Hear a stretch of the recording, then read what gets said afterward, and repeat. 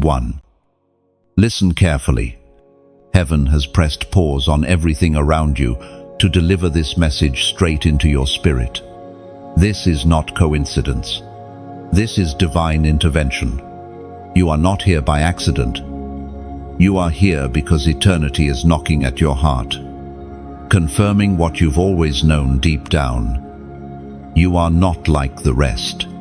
You are chosen. For too long you've tried to fit in, to blend with the crowd. But the crowd was never your home. The rejection you faced, the sleepless nights, the questions that burned inside you, they were not proof of weakness. They were proof of calling. Every scar on your soul, every whisper you thought no one heard, every battle you thought you lost was God's way of setting you apart. You are marked. You are sealed. You are set for a destiny that hell itself has tried to crush. But heaven has refused to release. Chosen one. Do you feel it? The weight in the atmosphere is not ordinary. The tug in your chest right now is the Spirit of God confirming that you cannot run anymore. Your time is now. This message has found you because the scroll of your life is being opened, and the words written about you since before the foundation of the world are beginning to manifest. You see, every time life pressed you down, heaven was secretly pressing you deeper into purpose. The nights where you thought you were forgotten were the very nights your name was being spoken in heaven's courts. The loneliness was not punishment. It was training, sharpening you to stand when others fall. The pain you carried was not wasted. It was a sacred weight, shaping you into the vessel who could bear the fire of destiny. Chosen one. Notice how even in your darkest valleys, something in you refused to die. That was not your strength. It was the hand of God sustaining you. Every tear you shed became a seed, and those seeds are now ready to break forth in harvest. The battles that seemed endless were only rehearsals, preparing you for the stage of destiny. You were forged in fire so you could carry light without fear. And now, the veil is lifting. Heaven is reminding you that you are not simply surviving, you are stepping into fulfillment. The very struggles that almost broke you are the testimonies that will crown you. What once confused you will soon become clear. The shaking around you is not meant to harm you, but to awaken you. You are being positioned, not punished. You are stepping into a moment where everything shifts in your favor. The ancient words recorded in Romans chapter 8, verse 29. For those God foreknew, he also predestined to be conformed to the image of his Son, that he might be the firstborn among many brothers and sisters. These are not empty words. They are the blueprint of your existence. Heaven did not wait until you were strong, until you were ready, until you were perfect. No, heaven declared it before you even drew your first breath. That is why you could never find peace in living small. That is why mediocrity has always tasted bitter in your mouth. Because inside of you burns the fire of one who was called to disrupt darkness. Understand this. Chosen one. The very tension you feel is not random. It is the pull of heaven aligning you to your assignment. That restlessness in your spirit is not weakness. It is prophecy crying out for fulfillment. It is the Spirit stirring you, because heaven has written now across your timeline. No matter how far you tried to drift, the hand of God has never released you. Even in your lowest valley, his eyes were fixed on you, even in silence. His presence wrapped around you. You were never abandoned, only prepared. You must understand, the resistance you have faced was not proof that God abandoned you. It was confirmation that you are dangerous to the kingdom of darkness. That is why doors slammed shut. That is why people turned their backs. That is why attacks came out of nowhere. Hell knew who you were long before you did. That's why the enemy tried to silence you before your voice ever rose. But listen closely, you are still here. You survived what was designed to destroy you. The fact that you can even read or hear these words means the devil has already lost a battle he thought he won. You carry a light he cannot extinguish. And now, heaven calls you to rise. Beloved, chosen one. This is the moment where you stop doubting and start declaring, no more questioning your worth. No more hiding your light. No more shrinking back to make others comfortable. You are not here to fit in. You are here to lead, to shine, to carry heaven's glory on earth. You are the interruption hell never wanted, and the miracle the world has been waiting for. Do not delay. The Spirit is stirring your soul right now because your life is shifting into alignment. What was broken is being rebuilt. What was delayed is being released. What was stolen is being restored. The mantle is falling on your shoulders, and you are stepping into the fullness of who you were created to be. Beloved, don't let this word pass you by. If you've ever needed a confirmation, this is it. Heaven is saying, you are mine, you are chosen, you are sent. Stop questioning what is already written about you. Stop doubting the calling you feel pressing in your spirit. This is your time to stand. And as you step forward, I call you to seal this moment. Show heaven and earth that you have heard this word. Right now, pause, like, share, and subscribe, so this voice keeps echoing in your spirit and in the lives of others who need this fire. And in the comments below, type this prophetic number as a declaration of faith, 777. By doing so, you are agreeing with heaven. I choose my crown. I choose my calling. I choose to rise. You are not here by chance. You are here by divine appointment. And the world has not yet seen what will come forth when you finally step fully into your destiny. Chosen one. You have walked through storms that few could even imagine. And yet you are still here. That is not coincidence. That is the evidence of divine preservation. You were marked from the very beginning, chosen since before your first breath, sealed for a purpose that cannot be erased. Every step you have taken, every twist in your journey, every unanswered question, they were all part of a design far greater than you could see. The truth is, your life was never random. You were written into the story of eternity before the world itself was formed. Think back for a moment on your earliest memories. Even as a child, there was something different about you.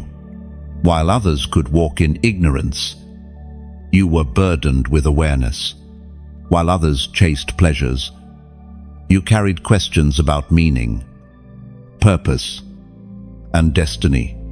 It was not that you were better than them, it was that you were chosen. Heaven stamped your soul with a mark, and the mark could never be erased, no matter how far you wandered.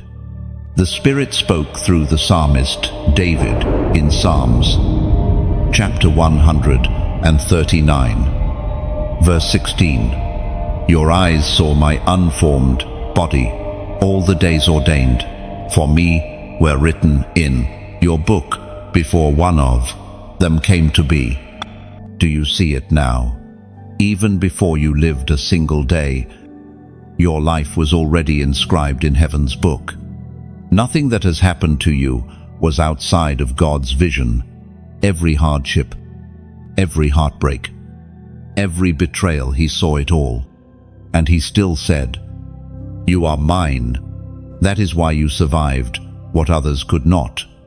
That is why, though battered, you are not broken beyond repair, because you were chosen not just to exist, but to endure, to overcome, and to rise as a sign to others.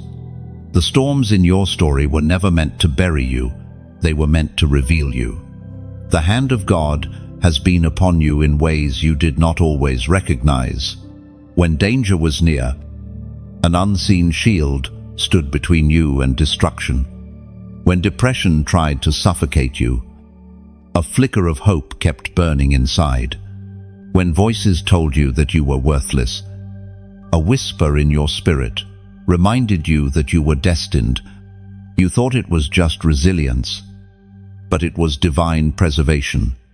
Chosen one. Look back on the patterns.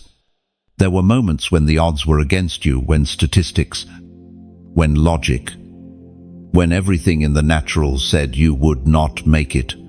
And yet, here you are. You did not keep yourself alive. Heaven carried you, and heaven carried you for a reason, because your existence is not accidental. It is prophetic. Understand this. To be marked is to be misunderstood. Others could not see what was written on your soul, so they judged you by appearances. They labeled you by your mistakes. They mocked your difference. But heaven did not define you by what you did. Heaven defined you by what was written about you before you ever lived. That is why rejection could never cancel your destiny. That is why betrayal could not erase your calling. You have always been set apart. Even when you tried to conform, you could never fit in. Something in you resisted compromise. Something in you longed for more. That something is the mark of the chosen. It is heaven's fingerprint on your heart, reminding you that you belong not to this world, but to a higher kingdom. And though this world tried to crush you, it only proved the weight of your purpose. Beloved, chosen one, you must see the hidden hand of God in your story. Every valley was part of your shaping. Every mountain prepared you for perspective. Every closed door redirected you toward the path heaven had already written. And though it may not make sense yet, one day you will stand on the other side and declare, "It was worth it all." No, even now, you are stepping into deeper clarity. The veil of confusion is being torn away. The moments that seemed wasted are about to show their purpose. Nothing in your journey has been accidental. The nights you thought were meaningless were the very nights angels stood guard over you. The seasons of silence were not absence, they were incubation, where heaven was preparing to unveil your assignment at the appointed time. And here is the truth, that time is now. Heaven is reminding you that you are not just a survivor, you are a sign. You are proof that God's promises cannot fail. You are evidence that even when the world tries to erase you, heaven still writes your name in bold. And soon, those who doubted you will witness the unveiling of the destiny that has always been hidden within you. Chosen one. You must also understand that the mark of God carries responsibility. To be chosen is not just an honor, it is a weight. You carry light that others cannot comprehend. You walk with authority that unsettles darkness. That is why warfare has been so intense around you. The battles you have faced were not random, they were targeted. Because hell fears what heaven has placed in you. The enemy always fights the hardest against the ones he fears the most. But hear this clearly, no matter how fierce the battle, the outcome has already been secured. You were chosen before you were attacked. You were sealed before you were rejected. You were anointed before you were opposed. That means nothing the enemy throws at you can undo what God has written. Your destiny is not fragile. Your purpose is not negotiable. It is sealed in eternity. So, lift your head. Chosen one, shake off the lies, the doubts, the fears. You are not defined by where you have been. You are defined by where you are going. And where you are going is greater than you can even imagine. The world will see the evidence of your calling. The weight you carry will become the testimony that others need. And the mark you bear will shine so brightly that darkness will have no choice but to flee. You are marked since birth. You are chosen. You are destined. And no power in hell can undo what heaven has already declared over your life. Chosen one. Do you remember the whispers in the night? The moments when you laid your head on the pillow and tears soaked your face, and no one else saw. You thought you were alone. You thought no one cared. You thought your cries dissolved into silence, but heaven was listening. Every whisper, every groan, every unspoken word was recorded. You have never prayed a prayer that God did not hear. You have never cried a tear that was wasted. Heaven has counted them all. And now, heaven responds. There is something sacred about the whispers of the night, in the quiet hours, when the noise of the world is hushed. Your soul speaks its rawest language. You weren't asking for attention. You weren't performing. You were just desperate, fragile. And those were the very moments that moved the heart of God the most. The Lord does not despise a broken and contrite spirit. Instead, He bends His ear to it, as a loving father bends toward his child. Scripture says in the book of Psalms, chapter 56, verse 8, "Record my misery, list my tears on your scroll. Are they not in your record, beloved?" Hear this. Every tear you cried in secret was written in heaven's archives. Every sigh of exhaustion was remembered. Every night you thought no one noticed. Angels stood guard over you, carrying your petitions before the throne. Your tears were not weakness. They were incense rising. They were proof that you still had a heart open to God. Even when pain threatened to shut it down, think of how many times you almost gave up. The thoughts that said, "It's not worth it. I can't keep going. Nobody cares." Yet somehow, deep inside, a flicker remained. That flicker was heaven's whisper back to you. That small flame inside your chest, the one that refused to die even when you wanted to quit, was the Spirit of God refusing to let you go. Chosen one, your whispers have become weapons.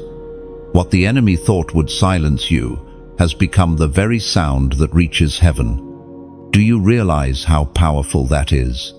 Darkness trembles not when you shout, but when you whisper prayers in the night, because those whispers are authentic. They carry weight. They move mountains unseen.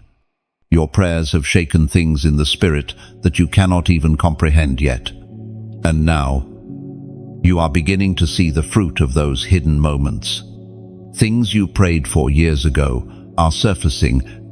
Doors you thought would never open are creaking. People you interceded for are being touched. Circumstances are shifting because heaven did not ignore you. You are living proof that whispered prayers carry eternal power. Beloved chosen one, this is why you must never despise your secret moments with God. They were never wasted. They were the very soil where miracles were planted. While the world saw you crying, heaven saw you sowing. And now, the harvest is coming. What you whispered in pain will return to you in joy. What you sowed in tears will come back, multiplied in laughter. Even the silence you experienced was not rejection, it was preparation. There were times you thought God had turned away, but in truth, He was working behind the veil. He was aligning people, shaping circumstances, shifting timelines, so that when your answer came, it would be undeniable. If the answer had come earlier, it would not have carried the same weight. But now, at the appointed time, it is being revealed. Chosen one, your story is proof that God sees the unseen. People may have overlooked you, dismissed you, or ignored your cries, but heaven never did. And soon, those same people will witness the testimony birthed out of your tears. They will see the strength forged in your whispers. They will marvel at the light you carry and wonder how you endured. And you will simply say, I never endured alone. So now, let this truth sink deep into you. You are not forgotten. You are not invisible. You are heard. You are seen. And you are loved beyond comprehension. Every whisper of your soul has been treasured. Every moment of vulnerability has been transformed into power. You are walking into a season where heaven's answers will overtake you, and you will realize it was all worth it. And I want you to do something right now. As a prophetic act, in the comments below, type, God hears me. These 3 words may seem simple, but they are fire when spoken in faith, because by declaring them, you are aligning with heaven's truth that not a single cry of yours has been ignored. It is a proclamation that your tears are testimony, your whispers are remembered, and your prayers are being answered. Beloved chosen one, when you comment those words, you are not just responding to me, you are responding to God. You are saying, Lord, I know you were there in the silence. I know you kept record of my tears. I know you are faithful to answer. That kind of agreement shakes the atmosphere. It shifts you from doubt into confidence. It tells the enemy his lies no longer have power, and it sets your spirit in alignment with the promises that are unfolding even now. Carry this assurance in your heart. You are not forgotten. You are not forsaken. And your whispers have reached the throne. Heaven has always heard you, and heaven is answering. Chosen one, there is a reason you have felt the weight of life pressing harder on you than on others.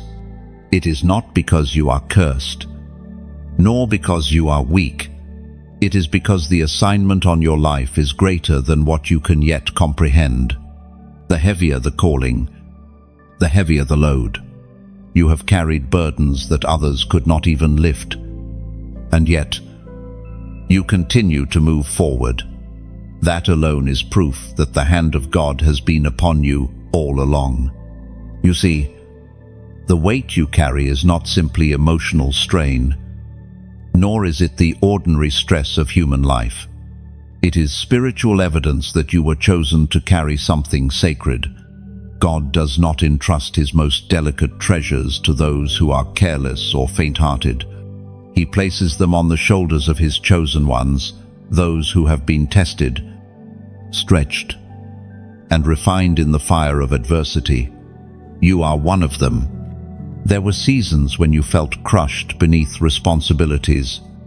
You wondered why others seemed free while you carried so much.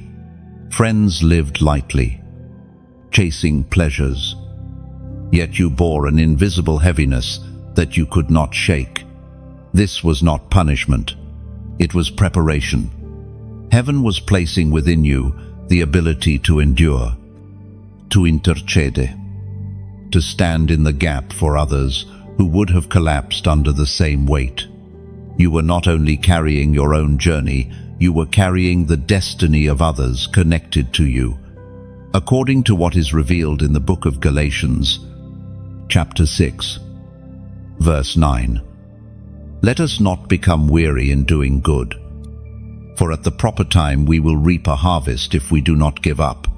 No, beloved, this verse is not just encouragement, it is confirmation. Your perseverance under the weight will not end in vain.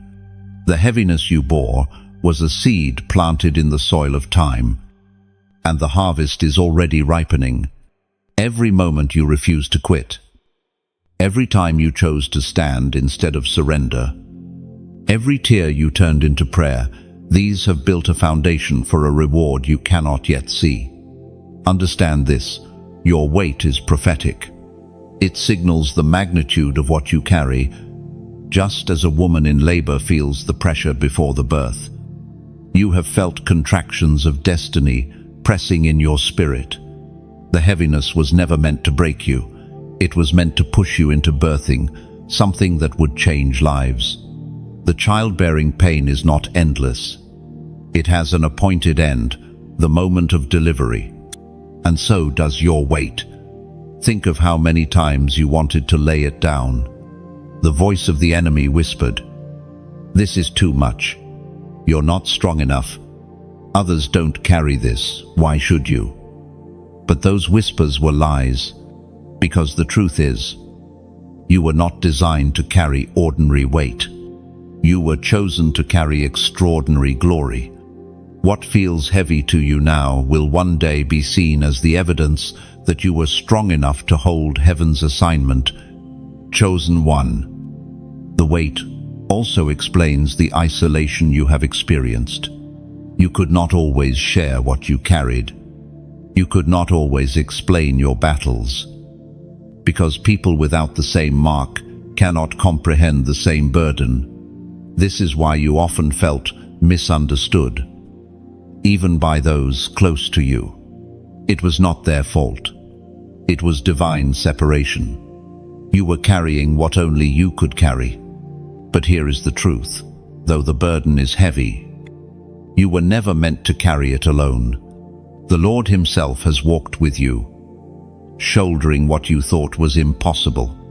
The very fact that you are still alive, still breathing, still pressing forward, is proof that a greater strength has been holding you. Your arms may have felt weak, but His arms never wavered. Your heart may have grown tired, but His Spirit never left your side.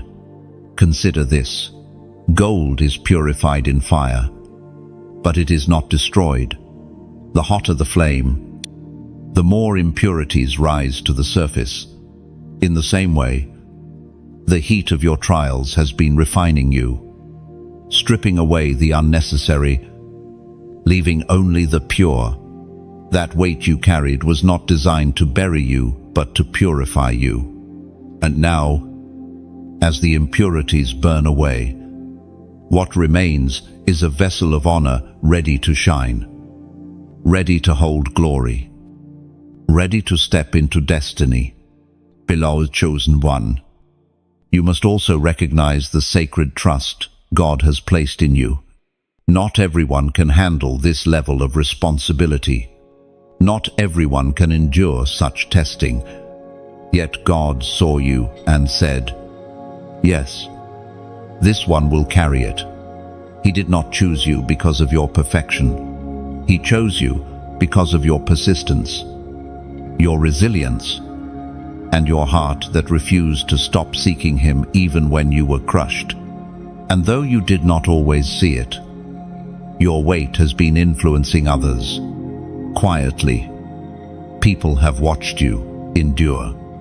They have seen your perseverance when you had every reason to quit, and without realizing it, your endurance has been teaching them faith.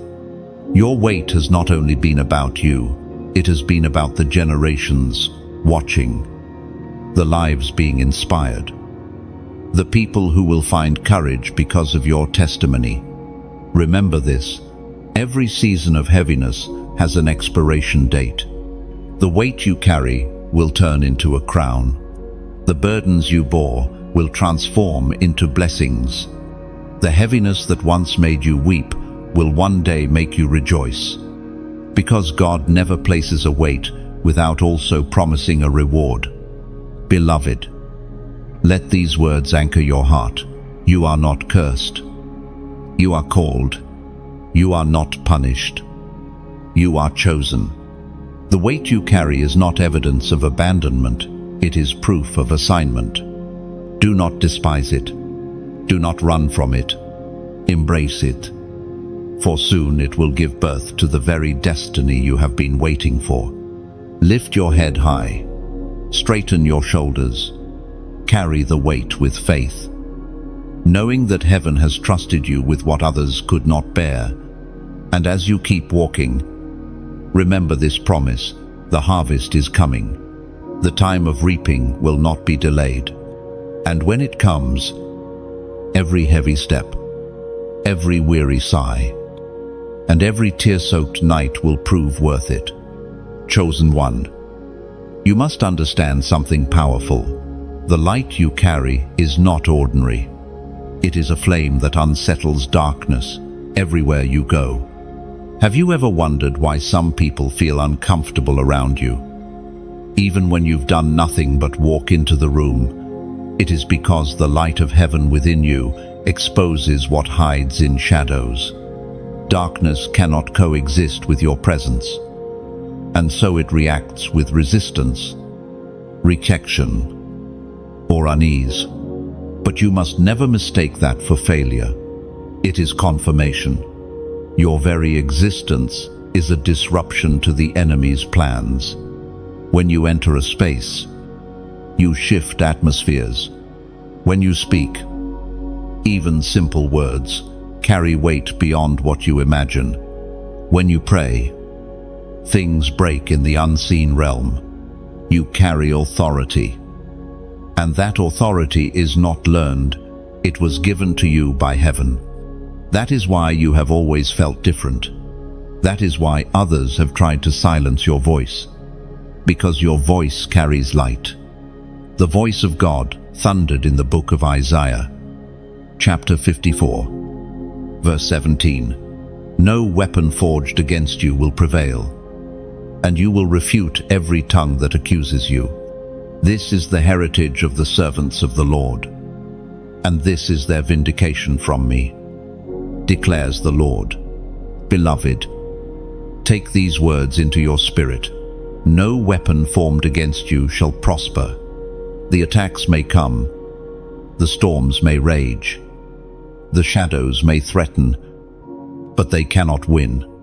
They may bruise you, but they cannot break you. They may delay you, but they cannot deny you, because the light you carry is indestructible. It comes not from you, but from the one who called you. And what he has placed in you cannot be extinguished. Think of how many times you have walked into situations that looked impossible, and somehow light broke through. Relationships that should have destroyed you, but you walked away stronger. Attacks that should have left you shattered, but you rose instead. This is because the light in you is greater than the darkness around you. The world may see fragility, but heaven sees fire. Chosen one. I know it is not easy to carry such a presence. The cost of light is high. It attracts envy, opposition, and misunderstanding. People will question why you do what you do. They will doubt the purity of your heart. They may even spread lies against you. But hear me. Every tongue that rises against you will be silenced. Vindication is not something you fight for. It is something heaven gives you. And when heaven speaks, no earthly voice can overrule it. So, do not shrink back. Do not dim your light to make others comfortable. You were not chosen to blend in. You were chosen to stand out. The flame you carry is not meant to be hidden under a basket. It is meant to shine on a hill, to guide those lost in the dark.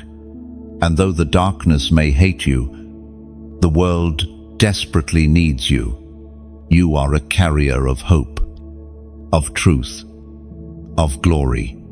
Beloved, Let me speak plainly.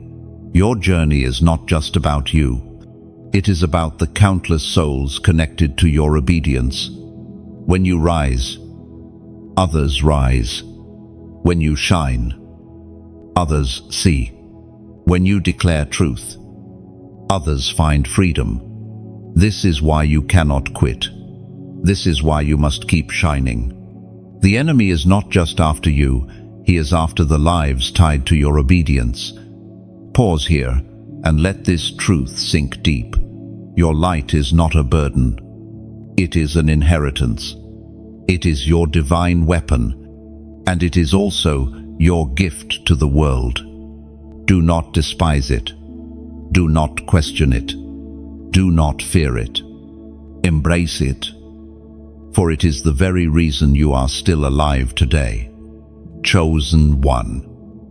If these words resonate with you, let me ask you something gently. You know the fire you carry, you know the battles you've faced, and you know how many others are out there, right now, weeping in silence, waiting for a word that will remind them who they are. This is why I humbly invite you, like this message so it can remain with you. Share it, so others may find strength, and subscribe, so you never miss the reminders heaven is sending your way. It is not about numbers, it is about souls. Every click, every share, every connection spreads light further into the darkness, and your obedience in even this small act becomes part of your calling to shine. Think about it, the same way you needed this word. Someone else is desperate for it right now. They may be seconds away from giving up, and your willingness to spread light could be the very thing that pulls them back from the edge. That is why this matters. That is why heaven nudges you, not just to hear, but to act, because your obedience always multiplies impact.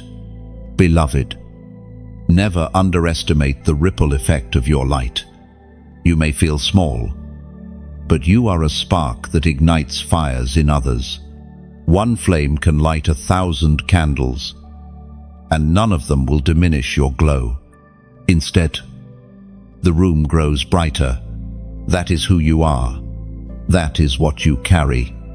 And that is why you must let it shine without fear. So walk boldly, speak boldly, live boldly. Do not apologize for the glory you carry. Do not apologize for being set apart. You were chosen for this. You were destined for this. And as you continue to walk in obedience, heaven will amplify your light beyond what you thought possible. Nations will feel it. Generations will remember it. Eternity will record it. Beloved, chosen one, you are the light that darkness fears.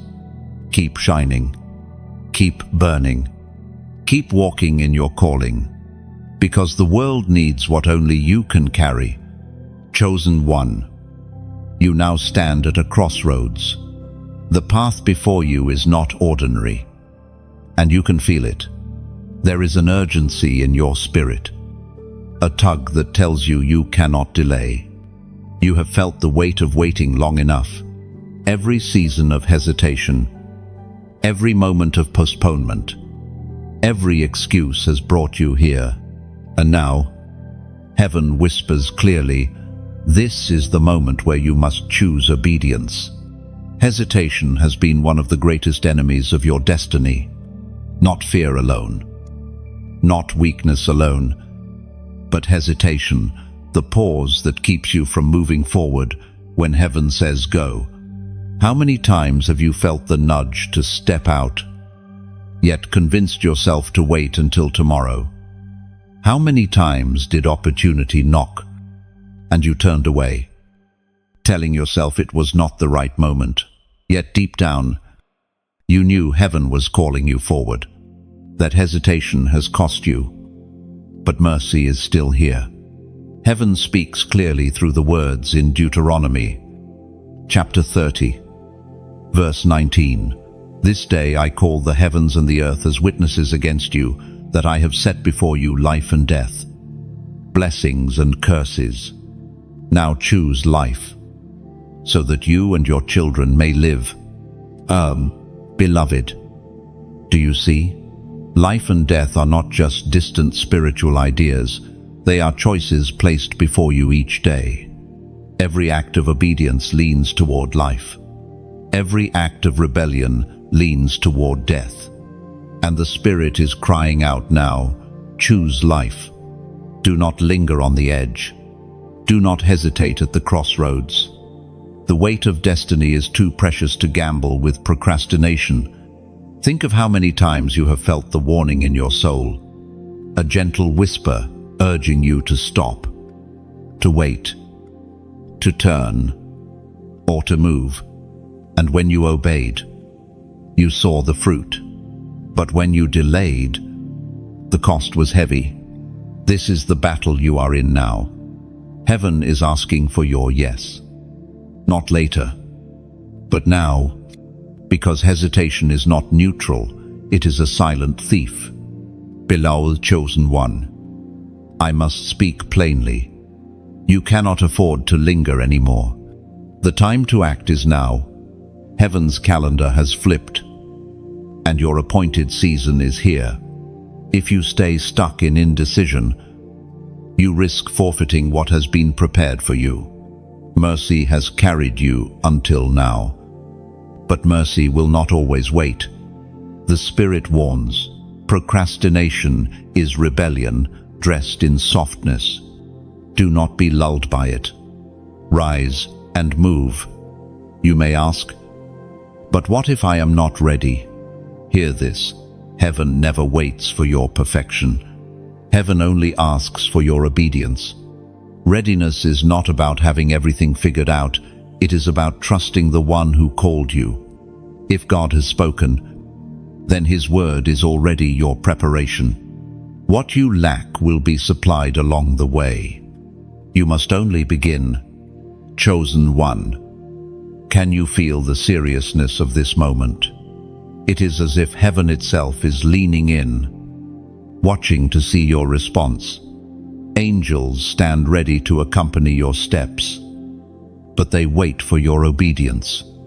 Doors are poised to open, but they wait for your decision. The future you long for is already written, but it waits for your agreement. Consider this. If Israel had lingered at the Red Sea, they would have drowned under Pharaoh's army. If Esther had hesitated, her people would have perished.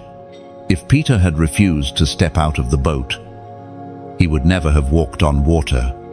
Destiny always demands a decisive step, and your moment has come. Beloved, hesitation feels safe, but it is deadly. It keeps you chained to what is familiar, robbing you of what is promised. Comfort zones are prisons in disguise, and though the walls feel safe, they are slowly suffocating your calling. The Spirit is saying, enough. Step out. Move now. Do not be afraid of mistakes. Fear of failure is one of the enemy's sharpest weapons against the chosen. But hear me, your mistakes will not disqualify you if your heart is surrendered. God redeems every step offered to Him. But what He cannot redeem is refusal to step at all. Obedience, even imperfect obedience, opens doors. Silence and hesitation shut them. Beloved chosen one, destiny is a matter of urgency. You cannot treat it casually anymore. Your family depends on it. Generations depend on it. Heaven depends on it. And so I urge you, rise. Shake off the hesitation. Align your heart with obedience. Choose life. This is why I want you to seal this moment with an act of agreement, not just in your heart, but with your words. In the comments below, type this prophetic number, 9,999. Write it boldly, because by doing so, you are declaring, I choose life. I choose obedience. I choose to move now. Oh, why this number? Because 4 nines is a symbol of completion, of closing old cycles and stepping into a new one. It represents the ending of hesitation and the birth of obedience. When you type it, you are saying to heaven and to yourself, the waiting is over. I am stepping into my moment. This is not superstition. It is a prophetic act, a way of putting your faith into motion, of turning whispers into declaration. Beloved, your act of typing, those digits may seem small, but in the spirit it is thunder. It is a sound that tells the enemy, I will not delay anymore. It is a signal to heaven that you have chosen life. And when you align your actions with your faith, doors begin to swing wide. So let me remind you, you are standing at the crossroads. One road leads to delay, regret, and wasted years.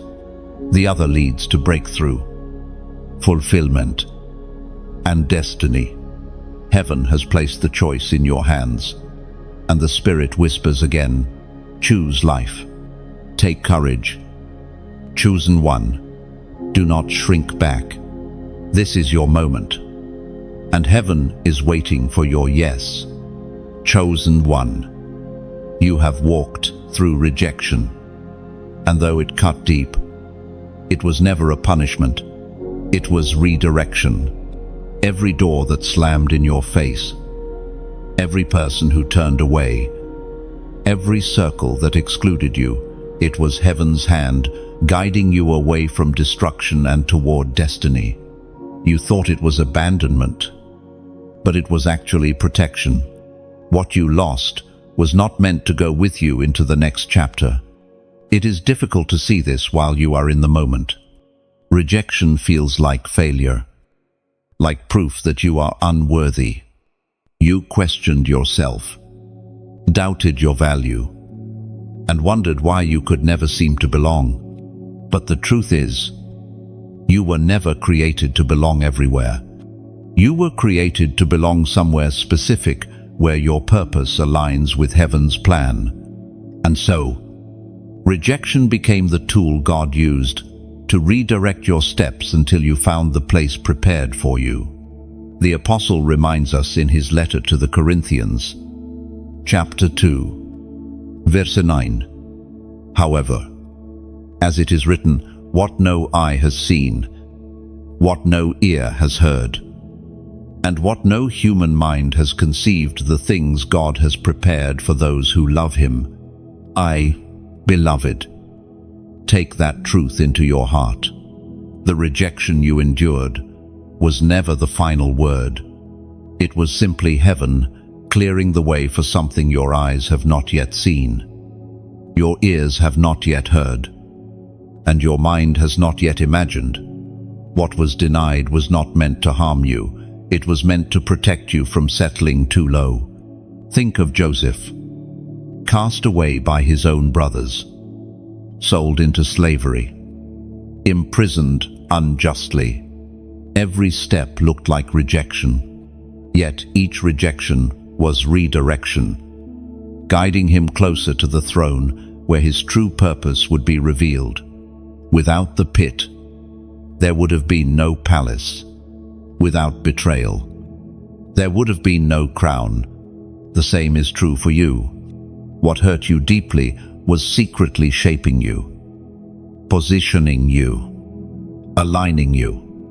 Beloved chosen one, consider the relationships that ended abruptly, the jobs that slipped from your grasp, the opportunities that fell apart at the last minute. You thought those were losses, but in truth, they were divine shields. You were being pulled away from people and places that could not carry the weight of your destiny. God saw the snares you did not, the dangers you could not discern, and He intervened through rejection. The pain you felt was real. Let no one minimize it. Rejection wounds because it cuts at the core of belonging, the very thing humans crave. But understand this, the pain of rejection was temporary, while the protection it offered is eternal. You may never know what you were saved from, but heaven does. And one day, you will look back and thank God for every no that saved your life. Chosen one. Your uniqueness made you incompatible with certain environments. Oil cannot mix with water. Light cannot dwell with darkness. Your spirit was too alive to fit into lifeless places, and though you tried to shrink yourself, to compromise, to fit in, heaven never allowed it. You were marked, set apart, and called out. And so rejection became inevitable, not because you were unworthy, but because you were too valuable to waste in the wrong places. Let this truth heal your heart. Rejection is not proof of your lack. It is proof of your worth. People often reject what they cannot understand, what intimidates them, or what convicts them. Your light was too bright for some, your calling too heavy for others. Instead of mourning the loss, celebrate the clarity. For every rejection, there is a greater acceptance waiting, the acceptance of God's will unfolding in your life. Beloved, this is the turning point where you must release bitterness. Carrying anger toward those who rejected you will only weigh you down. Do not allow resentment to poison your spirit. Forgive quickly, for forgiveness unlocks freedom. The chains of rejection will fall the moment you choose to let go. You are not defined by those who walked away. You are defined by the one who has never left your side. Think of how Jesus himself was rejected by his own people, by religious leaders, even by friends who denied knowing him. Yet, each rejection pushed him closer to the fulfillment of his mission. If the Son of God faced rejection, how much more should his chosen ones expect it? Yet just as resurrection followed his rejection, glory will follow yours. Beloved chosen one, do not let rejection silence you. Do not let it convince you to hide your gifts. The world still needs your voice, your presence, your light.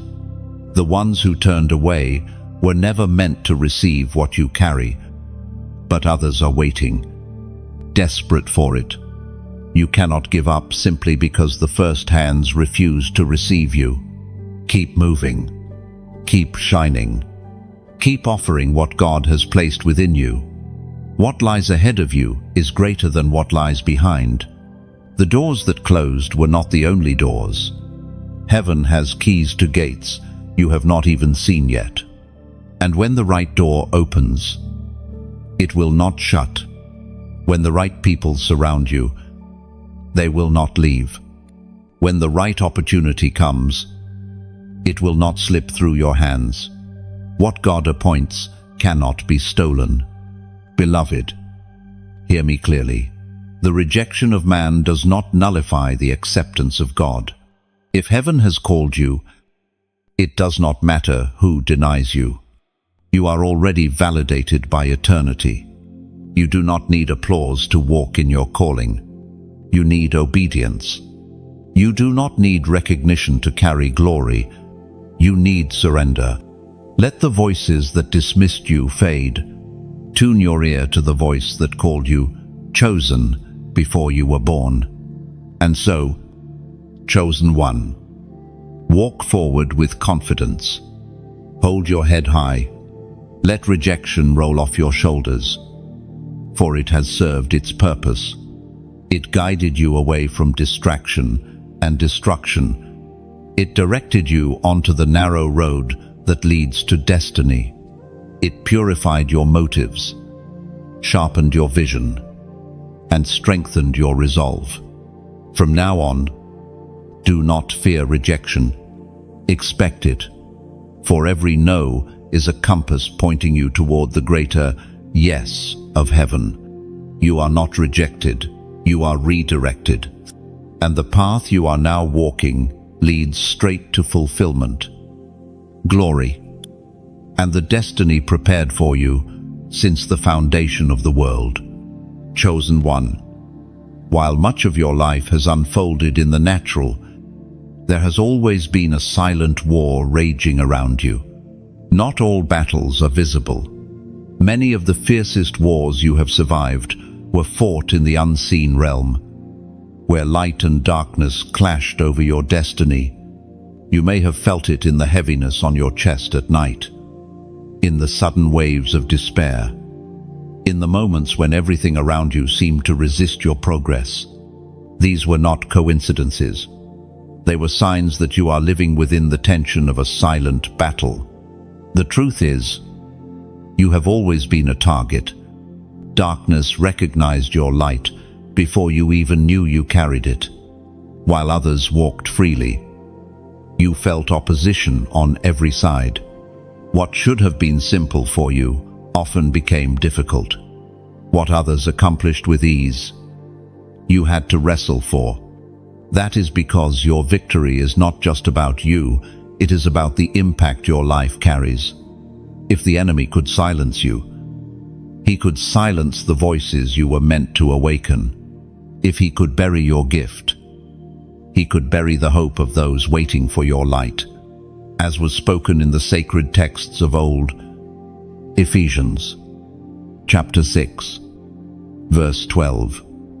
For our struggle is not against flesh and blood, but against the rulers, against the authorities, against the powers of this dark world, and against the spiritual forces of evil in the heavenly realms. Oh, beloved, understand this clearly. The real fight has never been against people. It was never about your family, your friends, your co-workers, or even your enemies in the natural. These were only vessels through which unseen forces tried to work. The true battle has always been in the spirit. That is why arguing with people could never bring peace. That is why running from situations never solved the problem. Because the battlefield was never outside of you, it was above you, surrounding you, pressing in on your spirit. Think back on the nights you could not sleep, the sudden waves of anxiety that came with no reason, the crushing loneliness, the overwhelming temptation, the unexpected attack on your health, your finances, your relationships. All of these were strategic strikes in a larger war. You felt them in your body, but the origin was spiritual. And though you may have thought you were fighting alone, heaven was always at your side. The silent battle has shaped you. It has taught you to lean on strength, not your own. While others trusted their abilities, you were forced to rely on divine help. This is why you have a deeper faith now. It is why your prayers carry weight, because you have been trained in war. Not the wars of men, but the wars of heaven. You know what it is to be pressed, and you know what it is to endure, and endurance has carved into your soul a strength that cannot be stolen. Beloved chosen one, do not despise the warfare you have faced, for every battle you survived became evidence of your resilience. Every attack you endured became training for your authority. The enemy tried to break you, but he only made you stronger. You may carry scars, but those scars are proof of victory, not defeat. They testify that you were struck but not destroyed, pressed but not crushed, wounded but not overcome. This is why darkness still fears you, because you are still standing. Every time the enemy thought he silenced you, you rose again. Every time he tried to bury you, you broke through the soil. Every time he thought the weight was too much, you discovered a deeper strength within. You are not just a survivor of the silent battle, you are a warrior forged in its fire. Beloved, let me tell you this, what you have endured is not wasted. Heaven uses even warfare to shape its chosen. The pressure, the attacks, the sleepless nights, they all trained you to discern, to intercede, to rise with wisdom. You have developed spiritual senses that others lack. You can see what others overlook.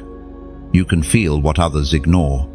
This discernment is a gift, and it was birthed through the silent battle.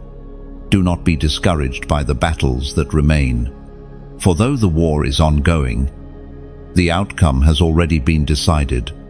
Light always triumphs over darkness. The cross of Christ secured the final victory, and you fight not for victory, but from victory.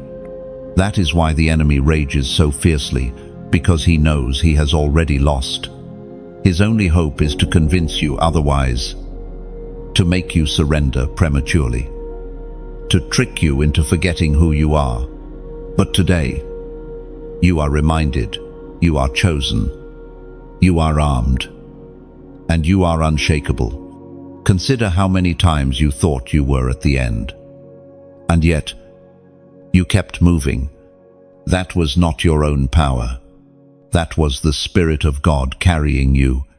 Heaven reinforced you when you could not reinforce yourself. Angels surrounded you when you thought you were abandoned.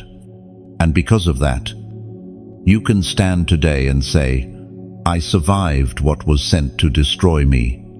Beloved, recognize also that your warfare is connected to your assignment. The intensity of your battles is a clue to the magnitude of your calling.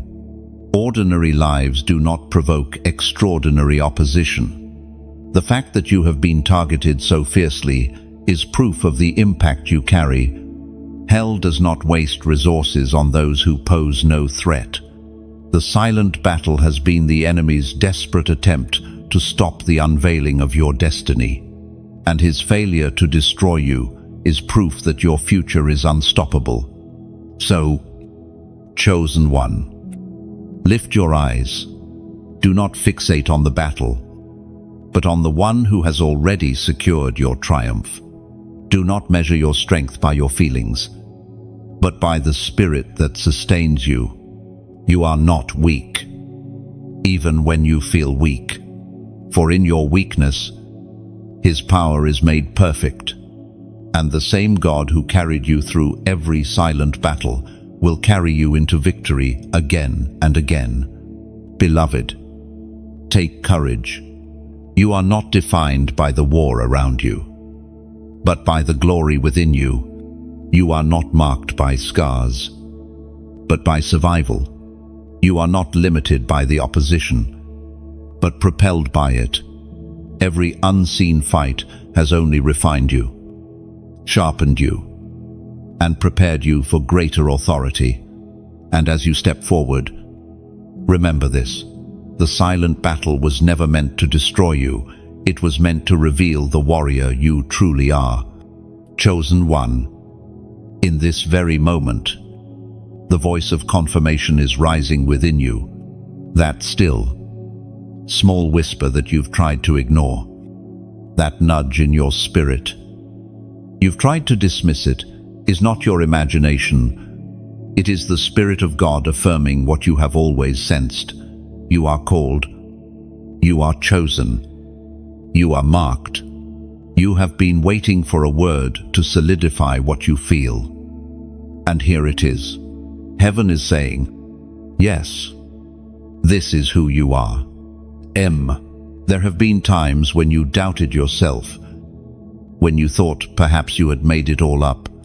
You told yourself you were being dramatic, that your dreams were just coincidence, that the sense of destiny pressing on you was just wishful thinking. But if it were mere imagination, it would not have followed you this long. If it were simply in your mind, It would not have survived your seasons of despair. The fact that this conviction remains is proof that it is divine. The prophet Elijah spoke as recorded in the first book of Kings, chapter 19, verse 12. And after the earthquake came a fire, but the Lord was not in the fire. And after the fire came a gentle whisper, Beloved. Notice this. God did not speak through the earthquake, nor through the fire, but through a gentle whisper. And it is the same with you. You may have expected thunder and lightning, some dramatic sign, but instead, the confirmation came in whispers, quiet impressions, subtle nudges, deep inner convictions that you could not shake. These whispers carried more power than the loudest shouts, because they were from Him, chosen one. Think back on the times you felt your spirit stir for no reason. You were walking, working, or resting, and suddenly you felt that deep pull. That was heaven's voice. You may not have recognized it then, but it was confirmation. Each moment like this has been God's way of assuring you, you are not ordinary. You are set apart. You are mine. Now, you might wonder, why does He whisper instead of shouting? Because whispers require closeness.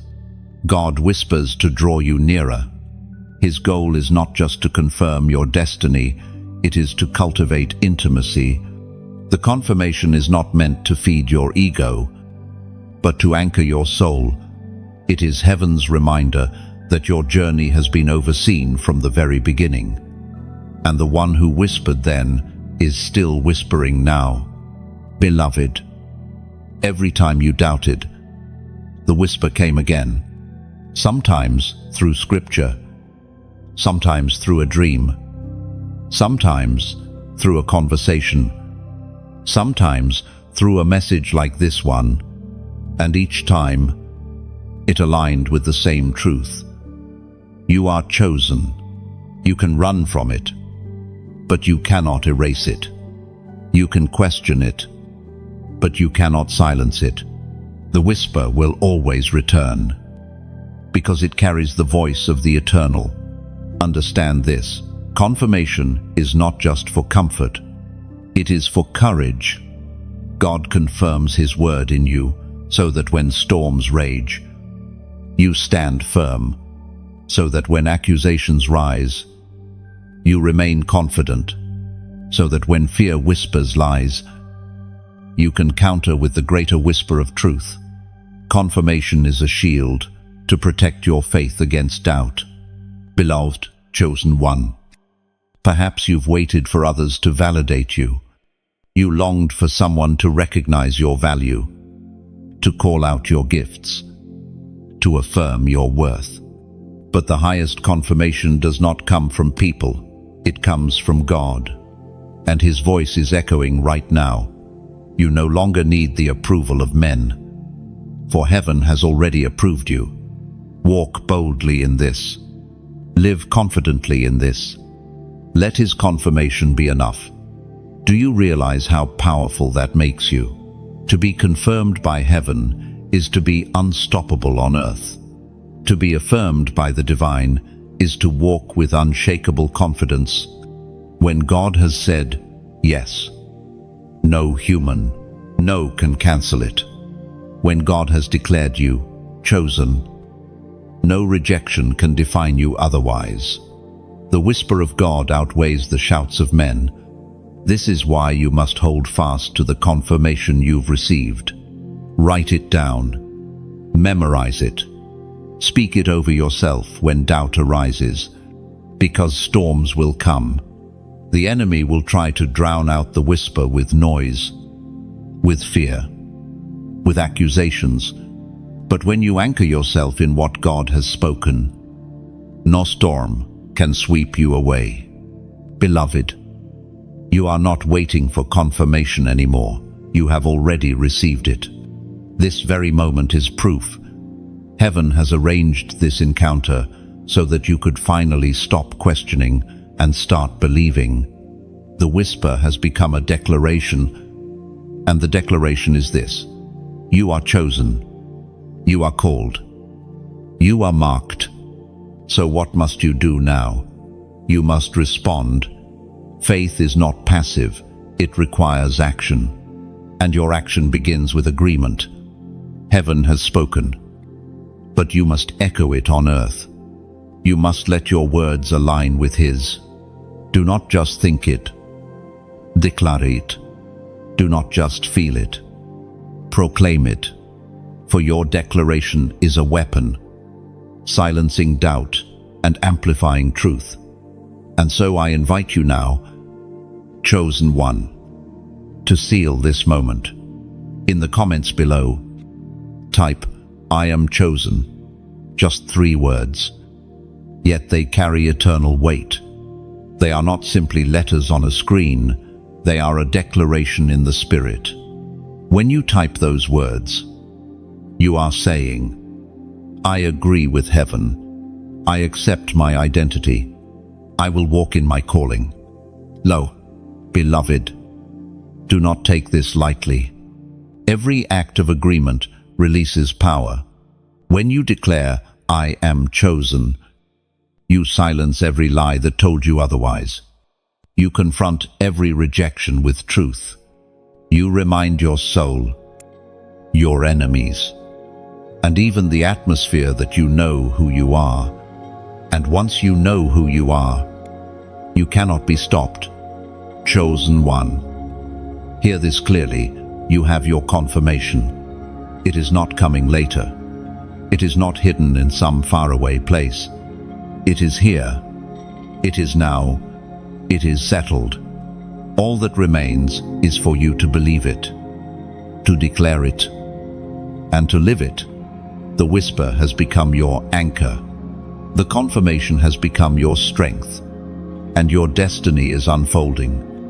Not tomorrow, not someday, but now. Chosen one. You have faced countless attacks, yet you are still here. That fact alone should fill you with awe. The enemy unleashed weapons against you, hoping to silence you, hoping to steal your joy, hoping to bury your destiny. But none of those weapons succeeded. You may bear scars. You may carry memories of battles fought, but you stand as living proof of survival. You are the evidence that no attack can cancel what heaven has decreed over your life. There were moments when you thought it was the end, when despair pressed so hard on your chest that you wondered if you could take another breath. Times when betrayal crushed your trust so deeply that you feared you would never heal. Days when circumstances piled so high against you that escape seemed impossible. And yet, here you are, alive, present, reading these words as a chosen one, preserved by divine strength. As Jesus himself declared in the Gospel of John, chapter 16, verse 33, "I have told you these things so that in me you may have peace. In this world you will have trouble, but take heart, I have overcome the world." Beloved, let this truth soak into your spirit. Yes, trouble will come. The weapons will form. The storms will rage. But none of them have ultimate power over you, because the one who chose you has already overcome the world. You are not fighting for victory, you are fighting from victory. The cross settled it. The empty tomb sealed it. And your life bears witness to it. Every battle you survived has become a testament of endurance. You are like a soldier who carries scars, not as shame, but as proof of resilience. You endured valleys that should have swallowed you. You endured nights that should have broken you. And you endured fires that should have consumed you. Yet, instead of being destroyed, You emerged, refined, stronger, wiser, more radiant. That is the mystery of the chosen. What was meant to crush you has only carved you into who you were destined to be. Chosen one. Your survival was never about chance. It was divine strategy.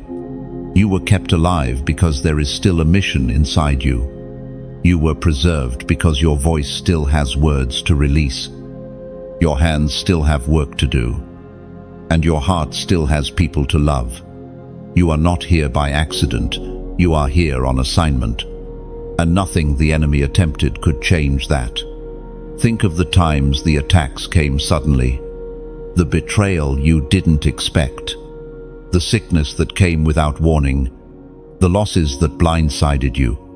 At first, you thought these were random misfortunes. But in truth, they were targeted. They were strategic efforts to derail you. And yet, each one failed. The fact that you are still standing is proof that heaven shielded you. Weapons may have been formed, but they did not prosper. Beloved, you must begin to see yourself differently. You are not merely a survivor, you are a warrior. You are not simply one who endured, you are one who conquered. Every time the enemy thought you were finished, you rose again. Every time the shadow whispered defeat, your light broke through. Every time you stumbled, grace lifted you. And because of this, you can declare boldly, I am unbroken. I am unstoppable. I am chosen. But hear this, your testimony is not just for you. It is for those still in the fight. There are souls watching you, silently drawing strength from your endurance. They look at your survival and think, if they made it, I can too. That is why your story matters. That is why your perseverance is a weapon not only for yourself, but for others.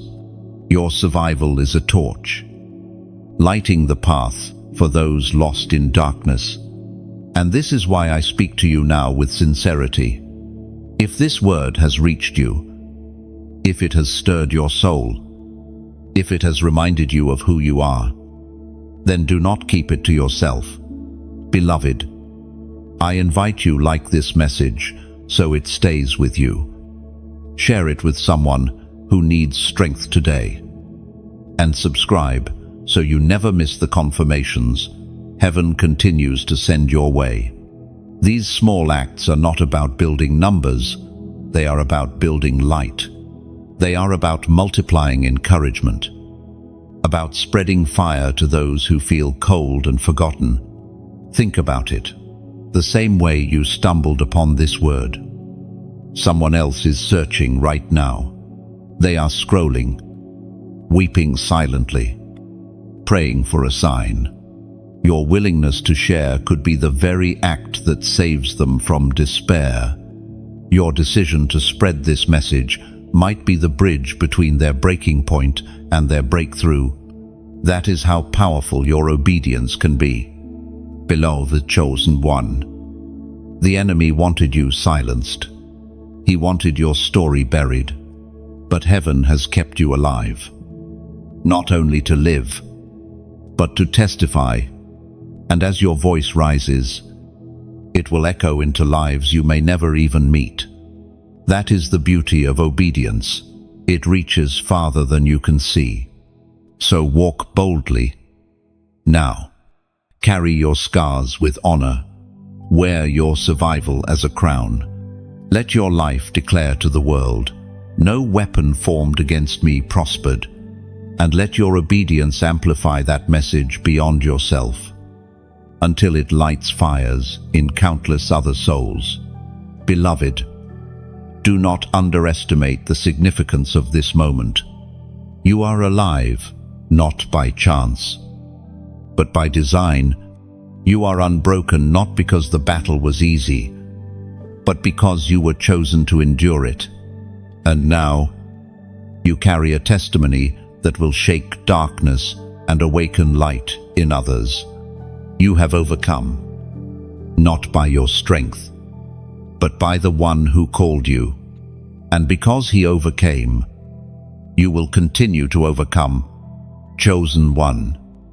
If you pause and look back over your life, you will notice a pattern that is almost impossible to ignore. Again and again, when destruction was close, someone intervened. It was not luck. It was not coincidence.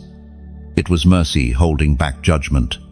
It was the unseen hand of God placing himself between you and what should have consumed you.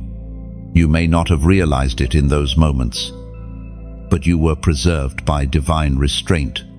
Think carefully. How many times should the car accident have taken you? Yet you walked away. How many times did sickness touch your body, but not destroy it? How many relationships should have shattered you, but instead became stepping stones? These are not just stories of survival, they are testimonies of mercy. Without mercy, the weight of sin and brokenness would have crushed you. But mercy said no. We are reminded through the writings of David in the Psalms, chapter 103, verse 10. He does not treat us as our sins deserve or repay us according to our iniquities. Beloved, let that sink into your heart. If God had given you what your mistakes deserved, you would not be here. If he had allowed the consequences to fall fully, your story would have ended differently. But mercy stepped in. Mercy stood between you and judgment. Mercy lifted you when shame tried to bury you. Mercy covered you when failure tried to define you. The truth is, none of us can stand purely on our own merit. Our strength is not enough. Our goodness is not enough. And yet, God in his infinite compassion chose to withhold what we deserved and instead grant us grace. That is why you are alive today. That is why you still have purpose. Mercy has preserved you for destiny. Beloved, chosen one. Mercy is not weakness, it is power. It is the hand of God restraining destruction until your appointed time. It is his refusal to let go of you, even when you wandered. It is his decision to protect you from consequences that could have ended your story prematurely. And though you may carry scars from your past, mercy ensured they were not fatal. Think of Israel in the wilderness. Again and again, they grumbled, rebelled, and doubted. By justice alone, they should have perished. But mercy extended their story. Mercy gave them time to turn, time to grow, time to enter the promise. The same mercy that preserved them has preserved you. Consider also the moments when others fell under the same pressures that nearly crushed you.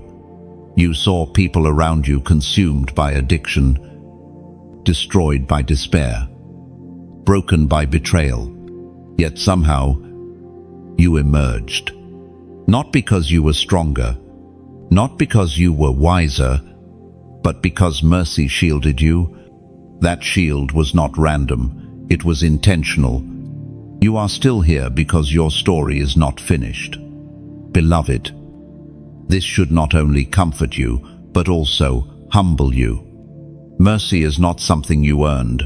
It is a gift freely given. It is a reminder that your life is not your own. You were spared for a reason. You were protected for purpose. The shield that kept you alive also points you toward responsibility. To squander mercy is to waste the most precious gift of all. This is why you must walk carefully now. Do not mistake mercy for permission. Just because you survived the past does not mean you are free to return to it. Mercy has rescued you so that you might rise, not so that you might repeat. The shield that held back judgment calls you to step forward into holiness. Obedience. and destiny. Beloved chosen one, imagine what your life would look like if mercy had not intervened. Think of the lowest point you have faced, the pit you thought you would never escape. Now imagine if you had remained there. That could have been your end. But instead, you stand here, alive and called. Mercy lifted you from the pit and set your feet on solid ground. This is why your praise must rise, even when you don't feel like it. Gratitude is the only fitting response to mercy. And let me tell you this, mercy is not finished with you. The same mercy that carried you through the past will carry you through what lies ahead. The battles may continue, but mercy will shield you. The storms may rage, but mercy will calm you. The mistakes may come, but mercy will cover you. For mercy is not a moment, it is a mantle. It rests on you because you are chosen. Beloved, never forget that mercy has a purpose. It preserved you so that you could become a vessel of hope for others. The same compassion that shielded you is meant to flow through you.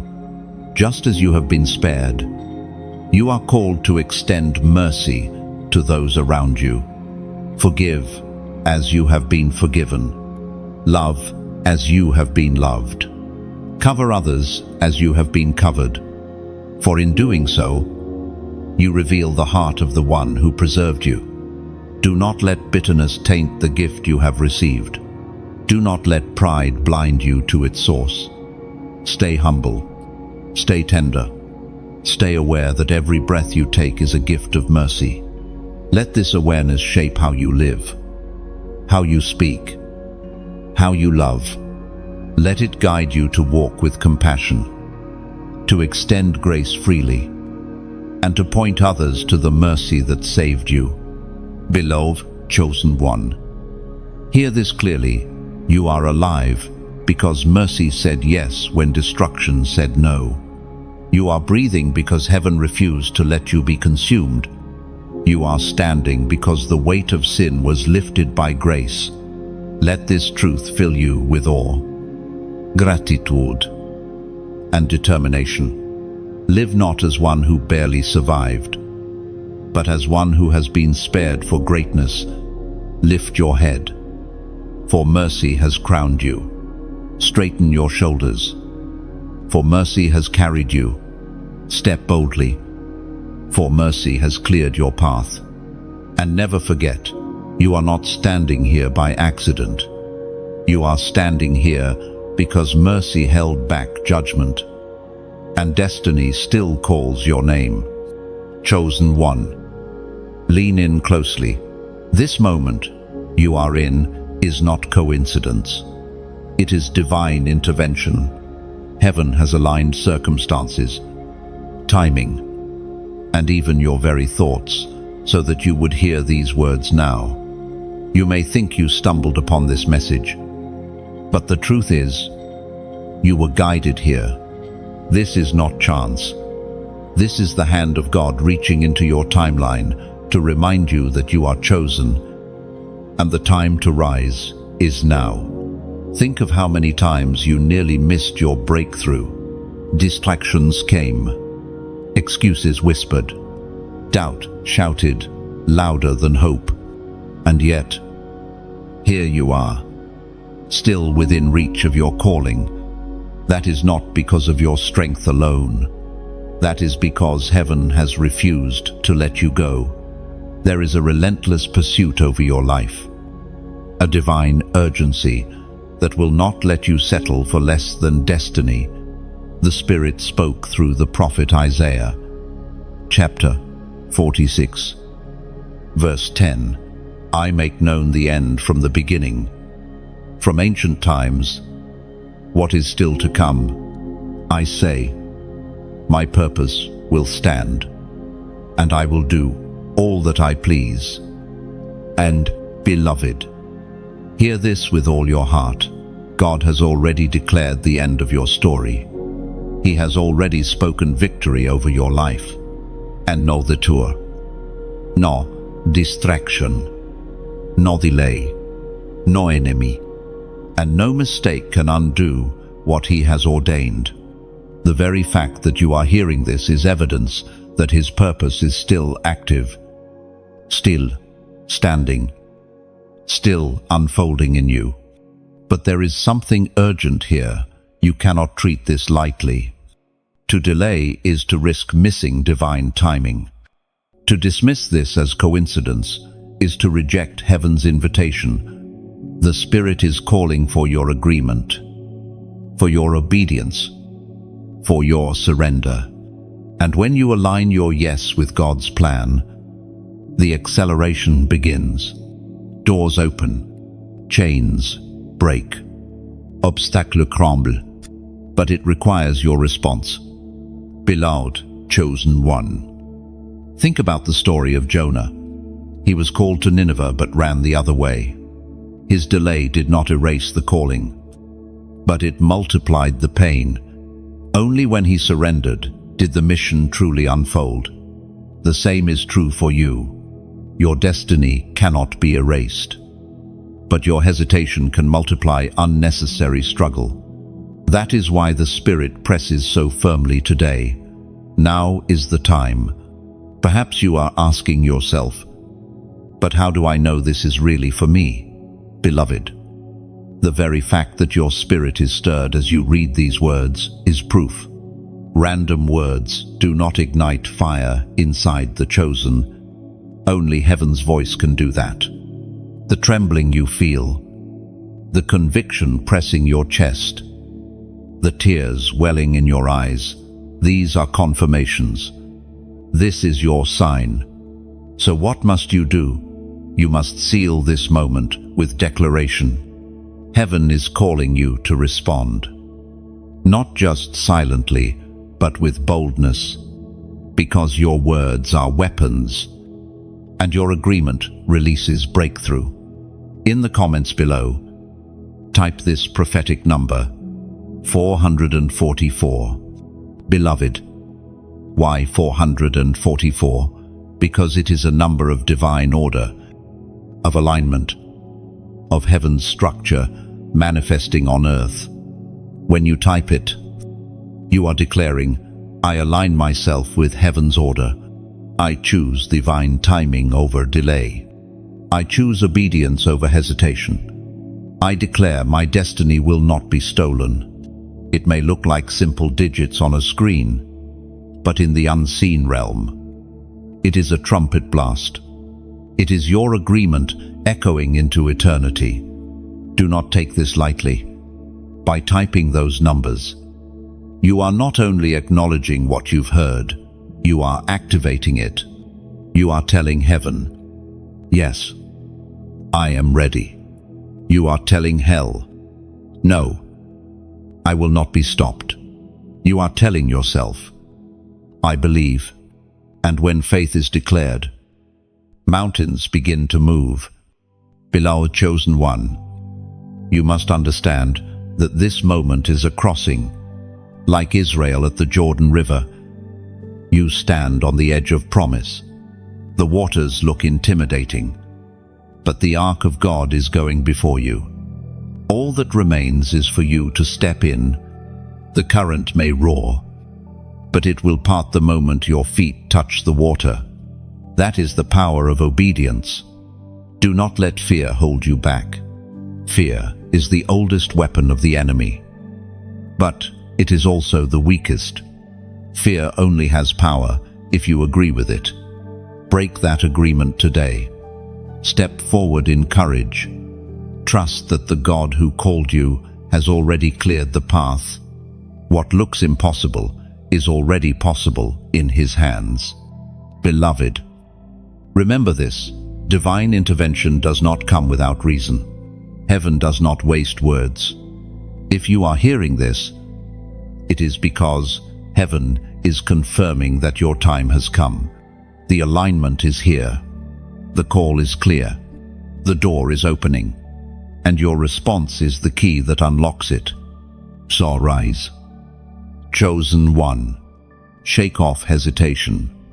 Refuse to delay. Align yourself with heaven's timing.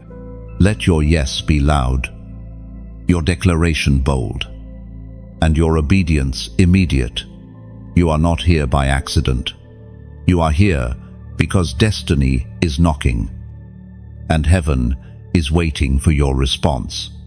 And when you respond, watch how everything begins to shift. Watch how clarity comes. Watch how provision arrives. Watch how opposition crumbles. For when heaven intervenes, nothing remains the same. Beloved, the choice is before you. Do not look back. Do not look around. Look up and move forward. For heaven has spoken. His purpose will stand. And you are chosen to walk in it. Chosen one. Within you burns a fire that cannot be quenched. It has flickered at times, pressed low by the winds of adversity, but it has never gone out. This flame is not of your own making. It was placed there by the hand of God Himself. It is eternal, untouchable, unbreakable, and though seasons of despair tried to suffocate it, that fire has only grown hotter, refined by every storm you have endured. The world around you may not understand it. Some may have mistaken your passion for stubbornness, your persistence for pride, your resilience for hardness. But the truth is, the fire within you is holy. It is not fueled by ego, it is fueled by calling. It is not driven by ambition, it is sustained by destiny. And this is why it cannot be extinguished, because it does not originate in you, but in Him who chose you.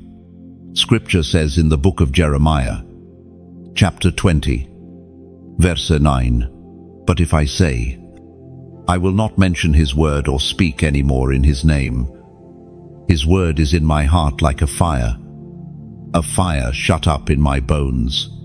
I am weary of holding it in. Indeed, I cannot." Lo, beloved, do you hear that? The fire shut up in your bones is the same fire.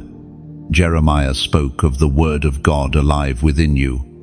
That is why you cannot remain silent, why you cannot walk away, why you cannot live as if you are ordinary.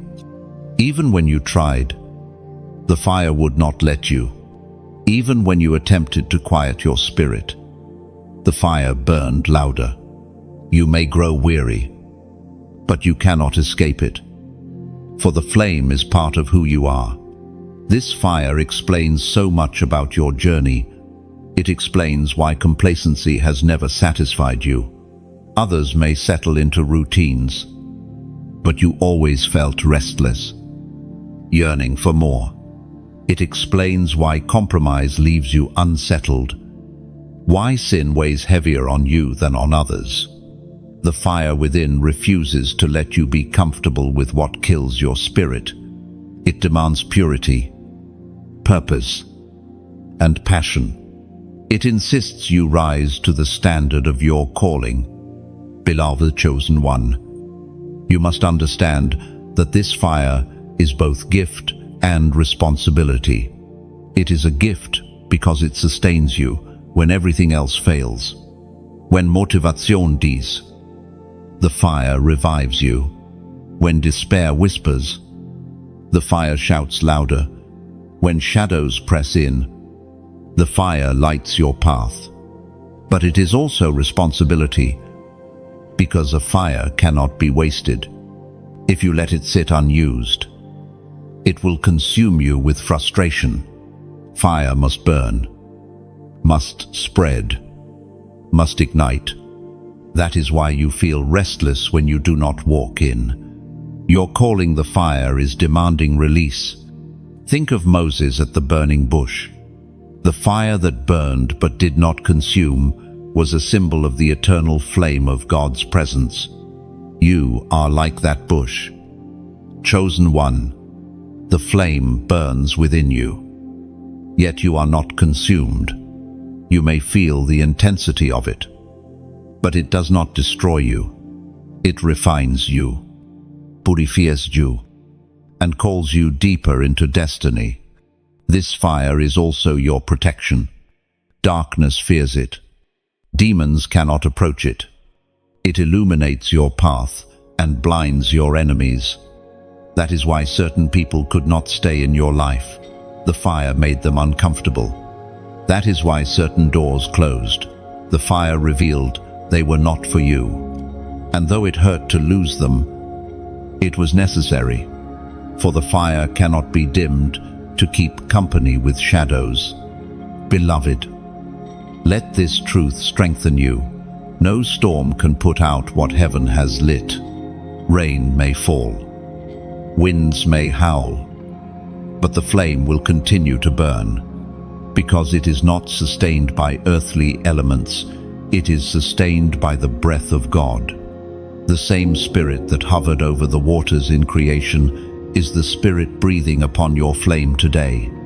You may say, "But I feel weary, drained, empty," and yet, notice that even in your emptiness, the flame still flickers. That is because it is not dependent on your feelings. The fire is eternal. It may burn low, but it will never be extinguished. And when you lean into God's presence, that flame will roar again. Beloved chosen one, do not be afraid of the intensity you carry. Some will misunderstand you. Some will distance themselves. Some will criticize your zeal. But this is not a flaw, it is a mark. The chosen are always aflame. And though the world may call it strange, heaven calls it holy. Guard this fire. Do not expose it to everything. Protect your spirit from voices that would pour water on your flame. Surround yourself with those who fan the fire, not those who suffocate it. Feed it with prayer, with worship, with the word. For what you feed will flourish, and what you neglect will weaken. If you feed the flame, it will become an inferno that darkness cannot withstand. And remember this, fire spreads. Your flame is not just for you. It is meant to ignite others. When you walk into a room, your passion sparks courage. When you speak, your words kindle hope. When you live faithfully, your life inspires others to burn brighter. That is the power of the chosen. You are not only a carrier of fire, you are a multiplier of it. Beloved, your calling is not to live hidden, smoldering quietly. It is to blaze openly, to shine so brightly that others find their way. You are a torchbearer. You are a vessel of holy fire. And no matter what you face, the flame will remain, because it is not yours to extinguish. It belongs to the one who set it ablaze. So, walk boldly. Chosen one. Let the fire within you burn without apology. Let it refine you, protect you, guide you, and ignite others. The world is desperate for light, desperate for warmth, desperate for truth, and you carry it within you. Do not hide it. Do not fear it. Embrace it. For this fire is not a burden, it is your crown. Chosen one. There comes a season in every life when separation becomes unavoidable. You have felt it already, the gentle but undeniable pulling away from certain people, places, and patterns that once defined your days. It is not always easy. In fact, it often feels like loss. Yet what you are experiencing is not abandonment, but divine separation. Heaven is removing what cannot go with you into your next chapter. At first, you may have resisted. You tried to hold on to old friendships, familiar routines, even environments that no longer nourished you. You felt guilty for drifting away, or anxious about walking alone, but deep inside, you sensed it was necessary. The connections that once served you began to weigh you down. The places that once brought comfort began to feel suffocating. That unease was not random. It was the Spirit prompting you to let go. We are reminded in the words of Paul in 2 Corinthians, chapter 6, verse 17, "Therefore, come out from them and be separate, says the Lord. Touch no unclean thing, and I will receive you." End quote. Beloved, separation is never punishment. It is preparation. God calls you out because He desires to bring you in. He removes the temporary so He can release the eternal. He strips away what is lesser so He can crown you with what is greater. The difficulty is that the process feels like pruning, and pruning always cuts. But the purpose of pruning is growth. Every branch cut away makes room for more fruit to flourish. Think of Abraham, called to leave his homeland, his relatives, and his father's household. The instruction was not easy. He had to step away from everything familiar to step into the promise. The same is true for you. To walk fully into your destiny, you must release what cannot accompany you. The separation you feel is evidence that heaven is shifting you toward promise.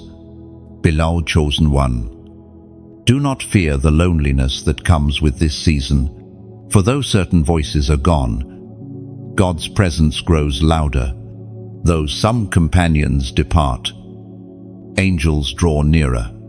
Though familiar faces fade, the face of your Father shines clearer. Separation is not abandonment. It is realignment. It places you exactly where you need to be for destiny to unfold. You may ask, but why them? Why that place? Why now? The answer is simple. Not everyone can carry the weight of your calling. Some people were sent only for a season, and their part in your story is complete. To drag them into your next chapter would be to burden both you and them. Divine separation is an act of mercy for you, and often for them as well. Consider also that certain places and habits no longer align with your identity. Where once you felt at home, now you feel uneasy. What once brought joy now brings conviction.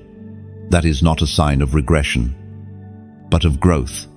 Your spirit has outgrown the environments your flesh once enjoyed. It is a mark of maturity, evidence that you are moving higher. Beloved, this is why you must not resist the hand of God in this season. To cling to what He is removing is to slow your own progress. To fight separation is to prolong pain. Trust that what He removes, He replaces. Trust that what He takes, He restores in greater measure. Do not let nostalgia chain you to the past when promise is pulling you forward. It is natural to grieve what is lost. Let yourself grieve, but do not let grief turn to bitterness. Bless those who leave. Release them with love. Thank God for what they brought into your life, and trust Him with what comes next. For some, the chapter is closed. For others, separation is temporary, a pause for growth before reunion. But either way, your responsibility is the same: obedience. Beloved chosen one, separation also reveals identity. When you no longer define yourself by who surrounds you, you discover who you truly are. You are not shaped by the acceptance or rejection of others. You are not defined by the company you keep. You are defined by the one who called you.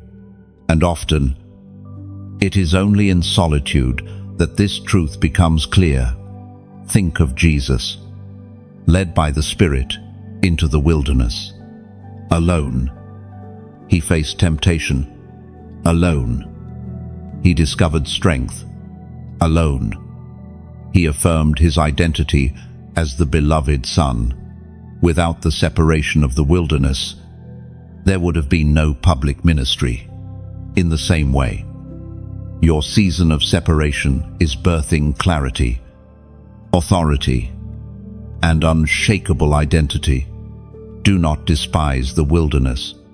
Do not curse the pruning. These are sacred spaces where heaven does its deepest work. It is in solitude that roots grow deep. It is in pruning that branches become fruitful. It is in silence that the whisper of God is clearest. What feels like emptiness is actually preparation. Beloved, hear this clearly. What you lose in this season is not greater than what you will gain. The friendships that fade will be replaced with divine alignments, people who carry the same fire, who understand your burden, who walk the same road. The opportunities that vanish will give way to doors you could never have imagined. The comfort you leave behind will be replaced by glory beyond description. So hold steady. Trust the hand of God. Let Him separate what must go and cling to what must remain. Do not fear the shears of pruning, for they are wielded by the gardener who loves you. Do not fear the silence of solitude, for it is filled with His presence. Do not fear the emptiness of loss, for it is only making room for abundance. Beloved chosen one, this season of separation is sacred. It may feel painful, but it is purposeful. It is not the end of your story, but the turning of a page. And as you embrace it, you will discover strength you did not know you carried, clarity you did not know you needed, and glory you could not have imagined. Chosen one, the time has come to rise as the warrior you were always meant to be. You are not called to be a victim, tossed about by life's storms and crushed by rejection. You are called to stand, to fight, to overcome. For too long you have believed the lie that you are fragile, weak, insignificant. But today, the truth echoes through eternity. You are a warrior. You are marked with divine authority. You were forged in fire, not to break, but to battle. Look back for a moment on everything you have survived. The betrayals, the nights of sorrow, the unseen wars. Each of these was training, each heartbreak, each loss. Each delay was not random, it was preparation. Heaven has been sharpening you like a sword, tempering you like steel. And now, the time for training is ending, and the time for battle is here. Scripture says in the book of Joshua, chapter 1, verse 9, "Have I not commanded you? Be strong and courageous. Do not be afraid. Do not be discouraged. For the Lord, your God, will be with on you wherever you go." Beloved, do you feel the weight of that command? Not a suggestion, not a gentle encouragement, but a command. Be strong, be courageous. Why? Because your destiny demands it, because your calling requires it, because the battles ahead will not be won by fear or hesitation, but by bold faith. And you are not left to fight alone. The Lord your God is with you, wherever you go. Chosen one, your battles may look different from those of others, but they are no less real. For some, the battlefield has been the mind, an endless war with doubt, anxiety, and fear. For others, it has been relationships betrayal, heartbreak, isolation. For still others, it has been circumstances, poverty, sickness, injustice. But hear this, no matter the battlefield, the warrior spirit within you is stronger. You were chosen not to fall, but to rise. The enemy has tried to convince you that you are losing. He whispers that you are unworthy, that you are weak, that you cannot withstand another storm. But those lies are only proof of your power. If you were truly weak, he would not bother attacking you. If you were ordinary, he would not waste his weapons. The intensity of your warfare is the clearest sign of your significance. Hell fears what heaven has placed in you. That is why the battles have been so fierce. Beloved, it is time to flip the narrative. You are not running from darkness. Darkness runs from you. You are not hiding from the enemy. The enemy hides from you.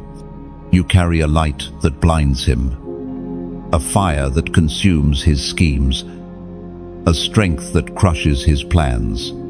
And though he has tried again and again to silence you, you remain standing. That is what warriors do. They endure. They fight. They rise. But hear me clearly.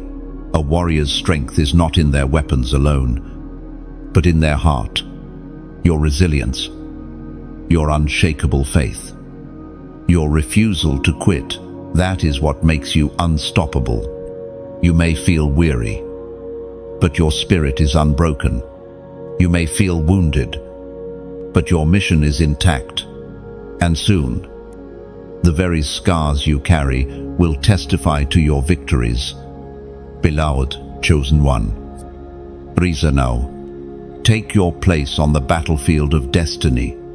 Do not shrink back. Do not apologize for your strength. You were never meant to blend in with the crowd. You were meant to stand tall as a beacon of courage. And when you do, others will find courage too. Your fight is not just for you, it is for the generations watching, for the lives connected to your obedience, for the souls waiting for your light. This is why I speak with sincerity to your heart. If this message has awakened the warrior inside you, if it has stirred something deep within, then do not let it stop here. Like this message, so it can remain as a reminder of your strength. Share it. Because someone else is fighting a battle they feel they cannot win. And your decision to spread light may be their turning point. Subscribe, so you remain connected to the flow of words heaven is releasing. Words that strengthen, sharpen, and equip you. And in the comments below, write boldly, I rise. Do you know why these simple actions matter? Because agreement multiplies impact. Every time you engage, you are not just clicking, you are declaring, you are saying to yourself, I will not hide anymore. You are saying to the world, I am a warrior. You are saying to heaven, I am ready. And each declaration echoes louder than you realize. Beloved, think of David standing before Goliath. To others, he looked like a boy with no chance. But David carried a warrior's heart, forged in secret battles with lions and bears. He had already been trained in silence before he was revealed in public. The same is true for you. The private wars you fought, the nights no one saw, the tears no one heard, were your training ground. Now, the Goliaths before you will fall, not because you are the strongest in human eyes, but because you are chosen in heaven's eyes. So, chosen one, stop doubting your strength. Stop questioning your worth. Stop hiding your light.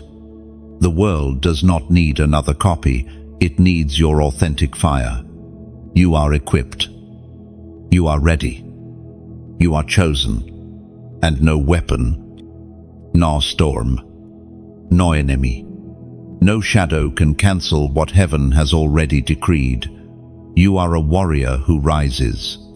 Beloved, the call is clear. The battle is here. The time is now. Rise. Warrior, take your place. Shine your light. And let the world see what heaven has always known. You were never ordinary. You were always chosen. You were always marked. You were always meant to rise. Chosen one. Throughout your journey, there have been moments when signs appeared before you, numbers repeating, dreams vivid and strange, coincidences too precise to dismiss. You may have brushed them aside, unsure if they meant anything, but heaven was speaking. These prophetic alignments were not accidents, they were confirmations.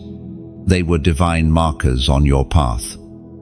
Reminders that you are not wandering aimlessly, but walking a road carefully written for you. You see, God speaks in many ways. Sometimes it is through scripture, sometimes through a whisper in your heart, and sometimes through signs that interrupt your ordinary days. Prophetic alignments are heaven's way of saying, I am here.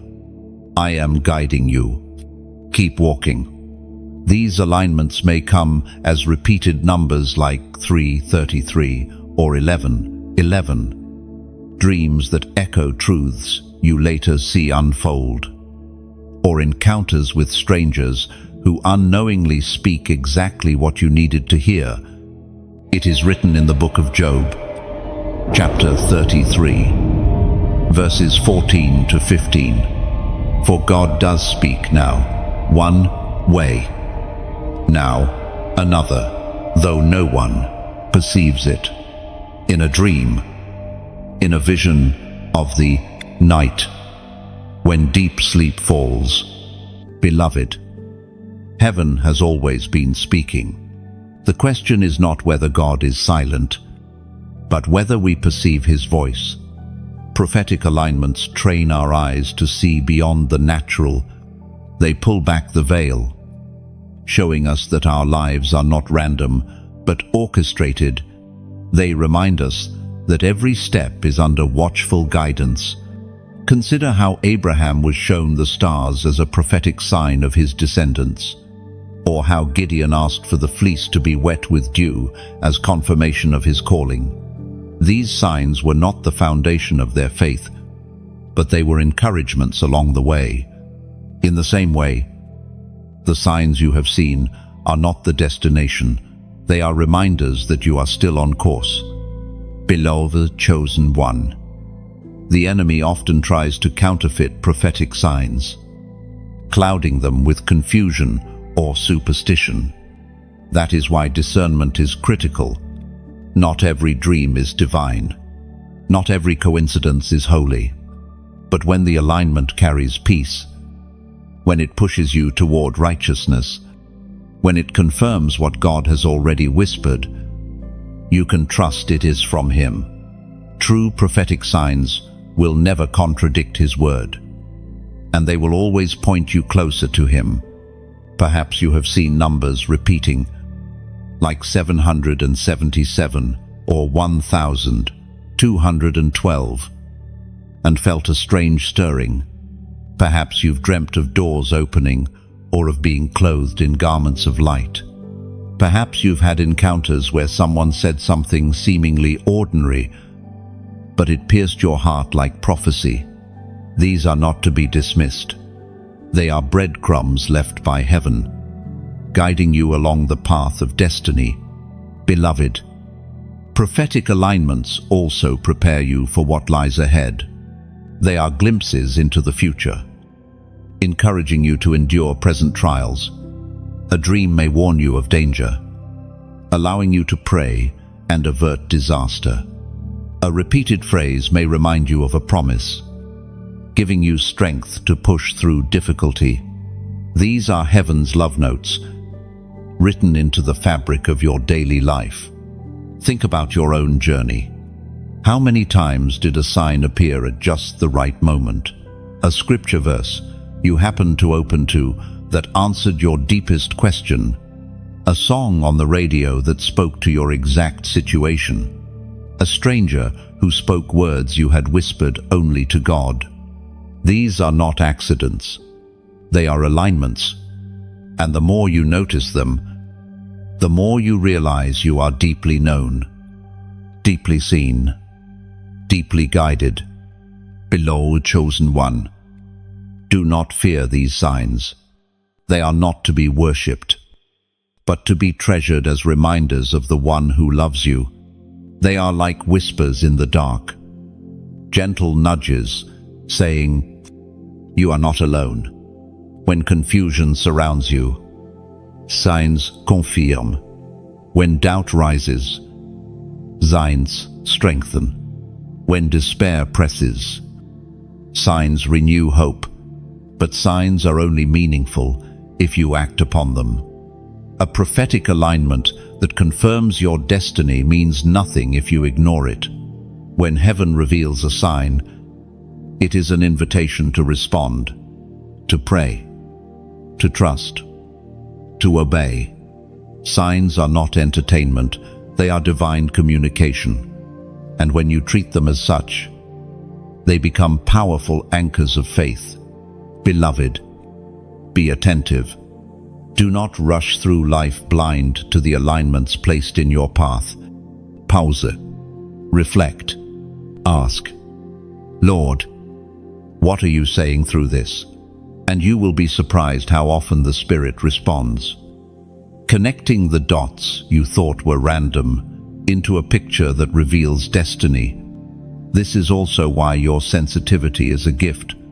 While others dismiss dreams or coincidences, your spirit feels the weight of them. You were designed to notice, to discern, to perceive. Do not let anyone convince you that you are overthinking or being dramatic. What feels like sensitivity is actually prophetic perception. It is the Spirit training your eyes to see what others cannot. Beloved, remember also that prophetic signs are not just for comfort, they are for warfare. When doubt attacks, you can recall the dream that confirmed your calling. When fear rises, you can remember the verse that appeared again and again. When discouragement whispers, you can replay the moment. A stranger spoke words that aligned perfectly with your prayers. These memories become weapons, reminding you that your life is under divine orchestration. So, walk with confidence. Chosen one, the signs you have seen are not coincidences, they are confirmations. The dreams you have had are not meaningless, they are glimpses of destiny. The whispers, the numbers, the alignments are heaven's way of telling you, you are not lost. You are on the path. Keep walking. Oh, do not crave signs above the voice of God, but do not despise them either. Receive them with humility, treasure them with gratitude, and let them strengthen your faith as you continue walking forward. Beloved, prophetic alignments will follow you, not to distract you, but to assure you they are heaven's echoes, reminding you that you are chosen, guided, and destined. And as you step into what lies ahead, you will continue to see them not as random fragments, but as a divine pattern weaving your life into a tapestry of glory. Chosen one. It is easy to look at the years behind you and wonder why so much of your life felt like delay. You prayed for doors to open, but they seemed to stay shut. You asked for breakthrough, but instead found yourself waiting. You wondered if you had missed your chance, if perhaps destiny had passed you by. Yet the truth is far different. Every delay was preparation. Nothing was wasted. Delay is not denial, it is development. You were not being punished, you were being prepared. God was shaping your character, refining your endurance, and building in you the capacity to carry what He was preparing to release. A foundation must be dug deeply before a structure can rise high. In the same way, your delays were the digging, the hidden seasons where heaven built in you the strength you would need for the weight of your calling. As Scripture reminds us in the book of Habakkuk, chapter 2, verse 3, "For the revelation awaits an appointed time, it speaks of the end and will not prove false. Though it linger, wait for it. It will certainly come and will not delay." Beloved, the vision over your life has not been cancelled. It awaits an appointed time, and though it lingered, though it felt slow, it is certain. Destiny does not run late, it runs on heaven's clock. The waiting you endured was not empty, it was purposeful. While you waited, God was aligning people, preparing circumstances, and shaping you into the vessel capable of carrying His glory. Think about Joseph, whose dreams marked him for greatness. Yet before the palace, he endured the pit, slavery, and prison. What seemed like endless delay was actually training for leadership. He learned perseverance, humility, and wisdom in hidden places before he wore the crown. Beloved, the same is true for you. Your hidden years were not wasted. They were shaping you for what is to come. Consider David, anointed as king, but sent back to the fields to tend sheep. To others, it looked like delay, even demotion. But in those quiet fields, David learned how to fight lions and bears. Those secret battles prepared him for Goliath. Had he ascended to the throne too soon, he would not have been ready.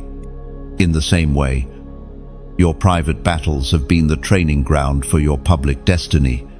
Beloved, chosen one, do not despise the seasons where nothing seemed to move, for even in silence, heaven was working.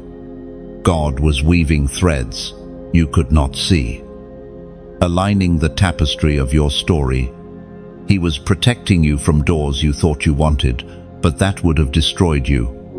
He was sparing you from connections that looked good, but would have poisoned your purpose. He was ensuring that when the door opened, it would be the right one. Delay also purifies motives. When you wait, your heart is tested. Do you seek the promise or the promiser? Do you chase destiny or the one who designed it? In waiting, idols are stripped away, and your desire is refined until all that remains is the pure hunger for God Himself. That is why waiting feels painful, because it exposes attachments that cannot go with you into destiny. Beloved, waiting has not diminished you, it has deepened you. Others may have rushed ahead, grabbing quick success, but their roots are shallow. When storms come, they will fall. You, however, have roots that run deep. You have been anchored by delay, strengthened by waiting. And when your breakthrough comes, it will last, because it is built on solid ground. You may ask, but why so long? Because what you carry is heavy. Ordinary callings do not require extraordinary preparation. But you are not ordinary. Your destiny impacts lives beyond your own. That is why your training has been intense. That is why your waiting has been long. The greater the assignment, the deeper the preparation. And, beloved, your preparation is nearly complete. Think of how an arrow must be pulled back before it can be released. The further it is drawn back, the farther it will fly. Your delays were not setbacks, they were the drawing back. Heaven has been pulling you into tension, not to harm you, but to launch you farther than you could imagine. When the release comes, you will soar. Beloved chosen one, let this truth silence your doubts. You have not missed your time. Destiny is not slipping away. You are right on schedule. According to heaven's plan, every closed door, every quiet season, every unanswered prayer has been preparing you for the appointed moment that is soon to arrive. So what do you do in the waiting? You grow. You pray. You prepare. You cultivate the gifts entrusted to you. You sharpen your sword in private, so that when the battle arrives, you are ready. Waiting is not passive, it is active trust. It is living as if the promise is already unfolding, even before you see it with your eyes. Beloved, do not envy those who seem ahead. Their journey is not your journey. Their timing is not your timing. Trust the unique path carved for you. For when your moment arrives, it will not be late, it will be perfect. And no one will be able to deny that it was God who orchestrated it. Take courage.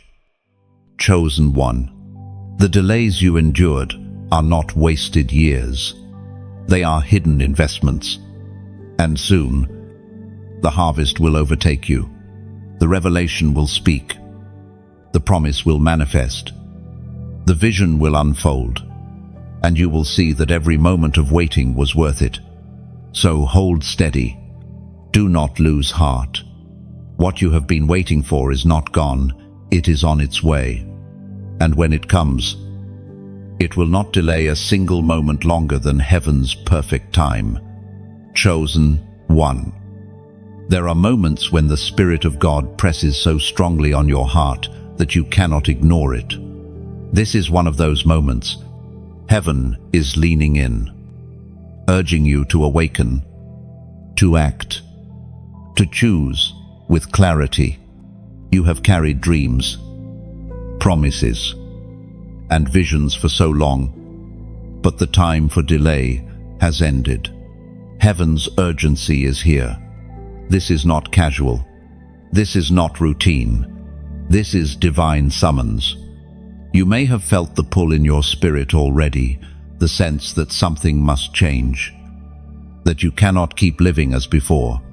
Perhaps it has come as restlessness, perhaps as conviction, perhaps as an ache in your soul you cannot shake.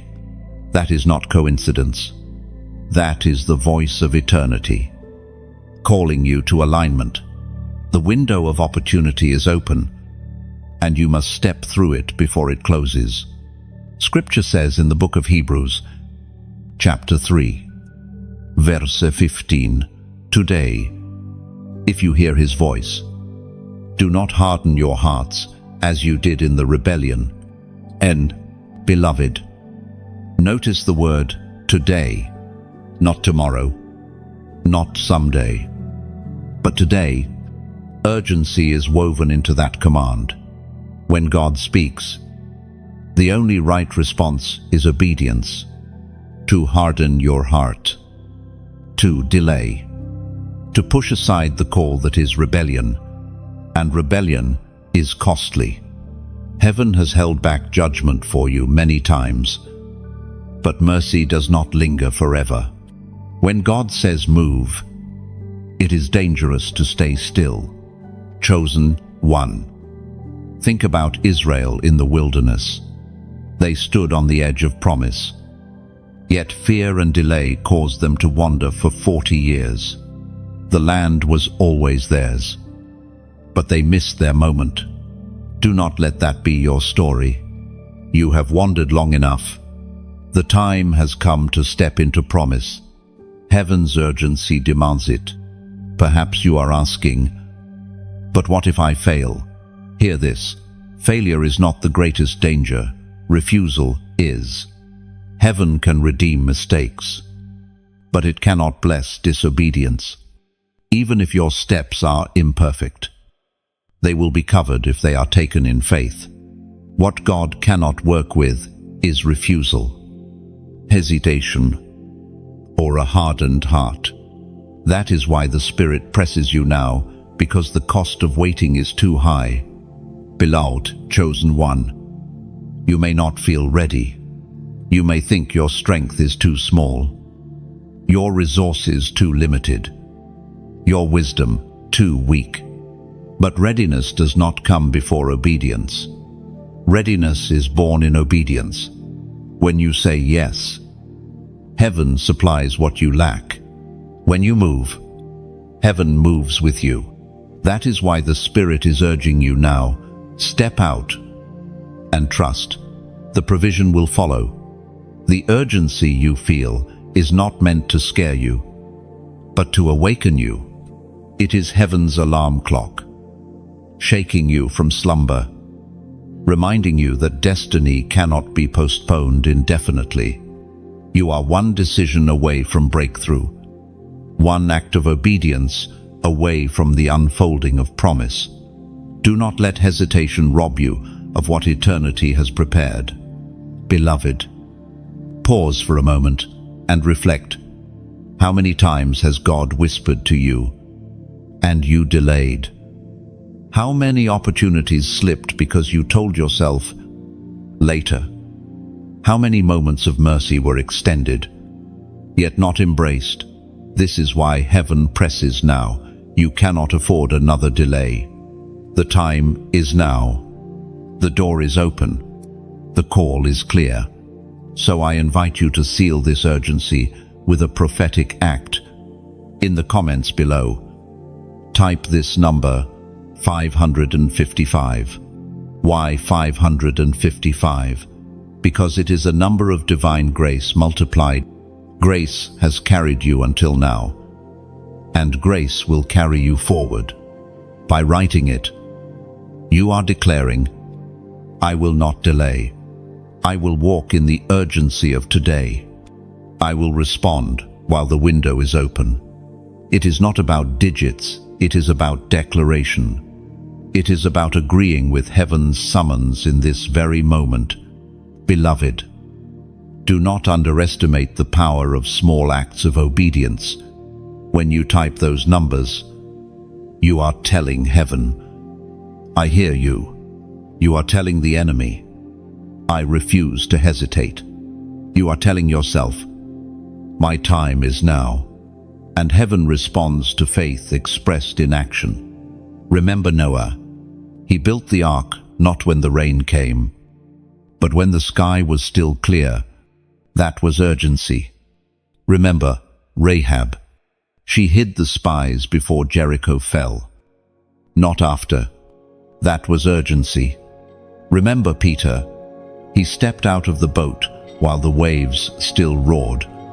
That was urgency.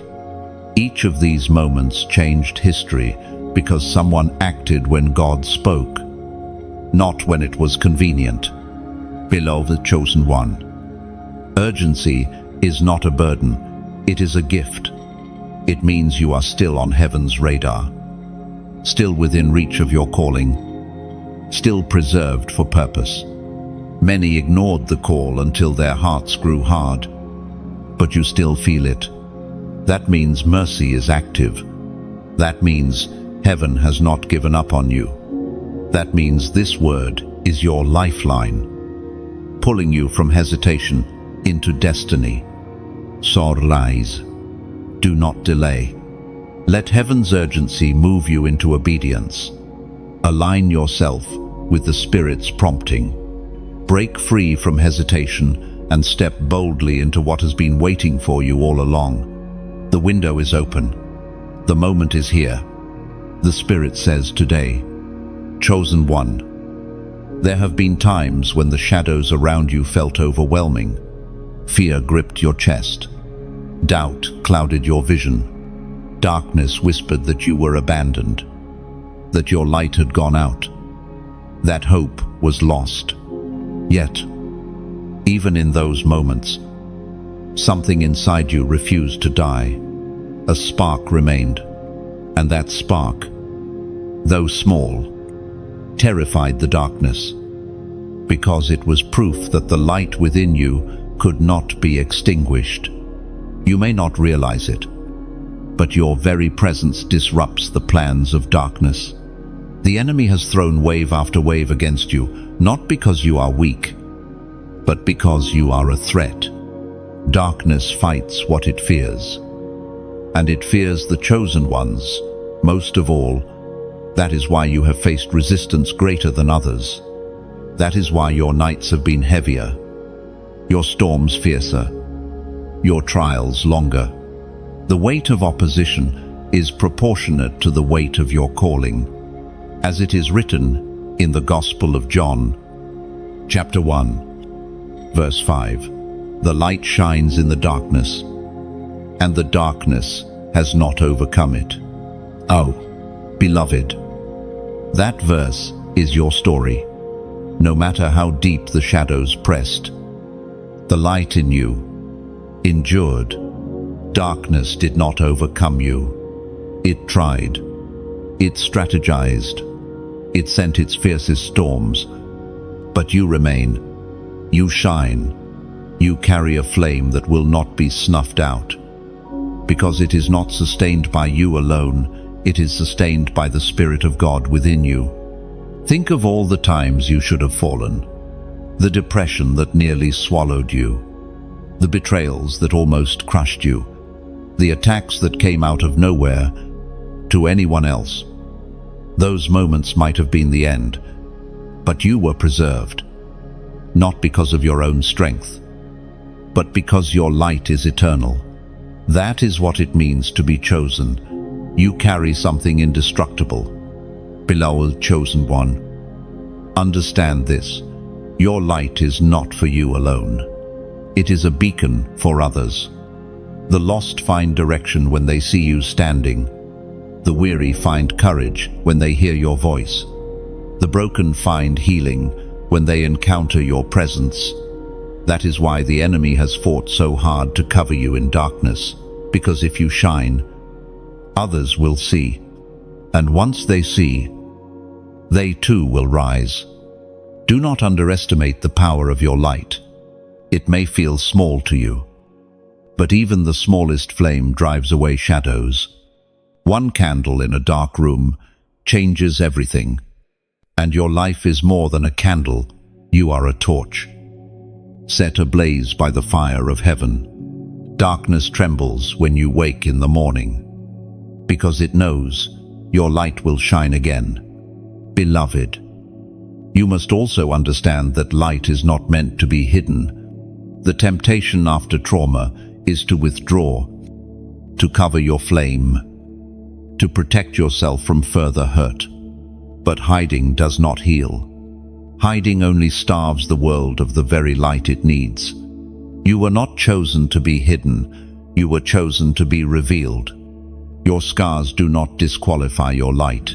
They magnify it. They show that even in brokenness, the flame survived. Consider Daniel in the lion's den. Darkness encircled him, yet his light drew the eyes of kings and nations. Consider Paul and Silas in prison, chained in midnight gloom. They sang, and their light shook the very foundations of the earth. Consider Jesus himself, crucified and entombed, surrounded by the deepest darkness, yet even there, light broke through, shattering death itself. You stand in this lineage. Your light carries the same defiance, the same power, the same eternal flame. Beloved, chosen one, let this truth anchor you. The darkness you face is not evidence of defeat. It is evidence of your significance. The enemy does not waste his efforts on those with no impact. You have been fought so hard because you carry so much. And though the fight has been long, the outcome is already written. Darkness will not win. It cannot. The light within you has already secured victory. So do not despair when shadows gather. Do not tremble when storms rise. Do not doubt when fear whispers. Lift your head. Remember who you are. You are not defined by the darkness around you, but by the light within you. That light cannot be bought, cannot be stolen, cannot be extinguished. It is eternal. It is divine. It is yours, beloved. Learn also to see your battles differently. Every time darkness pressed against you, it revealed how strong your light truly is. The resistance you faced was not proof of weakness, but of worth. You were attacked because you are valuable. You were opposed because you are powerful. You were resisted because you are chosen. And if you look closely, you will see that even in your hardest battles, your light grew brighter, not dimmer. Think of it. Coal becomes diamond under pressure. Oil becomes flame when pressed. And you, pressed on every side, have only become more radiant. The very things meant to destroy you have become the proof of your endurance. That is the mystery of the chosen. The more they are fought, the more they shine. Beloved chosen one, your light is not fragile. It is unbreakable. You may feel weary, but your flame is steady. You may feel small, but your impact is fast. And as you continue to shine, darkness will retreat, not because of your strength alone, but because of the one whose spirit burns within you. So walk boldly, even when shadows surround you. Shine brightly, even when fear tries to dim you. Carry your light with confidence, knowing that it is both your shield and your weapon. And remember always, the darkness has not overcome you, and it never will. Chosen one, there is a battle raging around you, but it is not a battle of flesh and blood. It is a war between light and darkness, destiny and destruction, purpose and distraction. You may feel it in the tension pressing against your soul, in the constant resistance you face when you try to rise, in the relentless attacks that seem aimed specifically at you. Do not be surprised. This is the price of being chosen. Heaven has placed a mark on you, and because of that, you are seen as a threat in the unseen realm. This is why your journey has been harder than most. This is why your storms have been fiercer, why your valleys have been deeper, why your nights have been darker. You carry something in your spirit that terrifies the enemy. Your obedience is dangerous. Your worship is powerful. Your prayers shake strongholds. And so, the battle has been intense, not because you are weak, but because you are mighty in God's hands. It is written in the book of 2 Corinthians, chapter 10, verses 4 and 5. The weapons we fight with are not the weapons of the world. On the contrary, they have divine power to demolish strongholds. We demolish arguments and every pretension that sets itself up against the knowledge of God, and we take captive every thought to make it obedient to Christ. Beloved, let that truth steady your heart. The battle you are in cannot be fought with human strength, but you have been armed with divine weapons.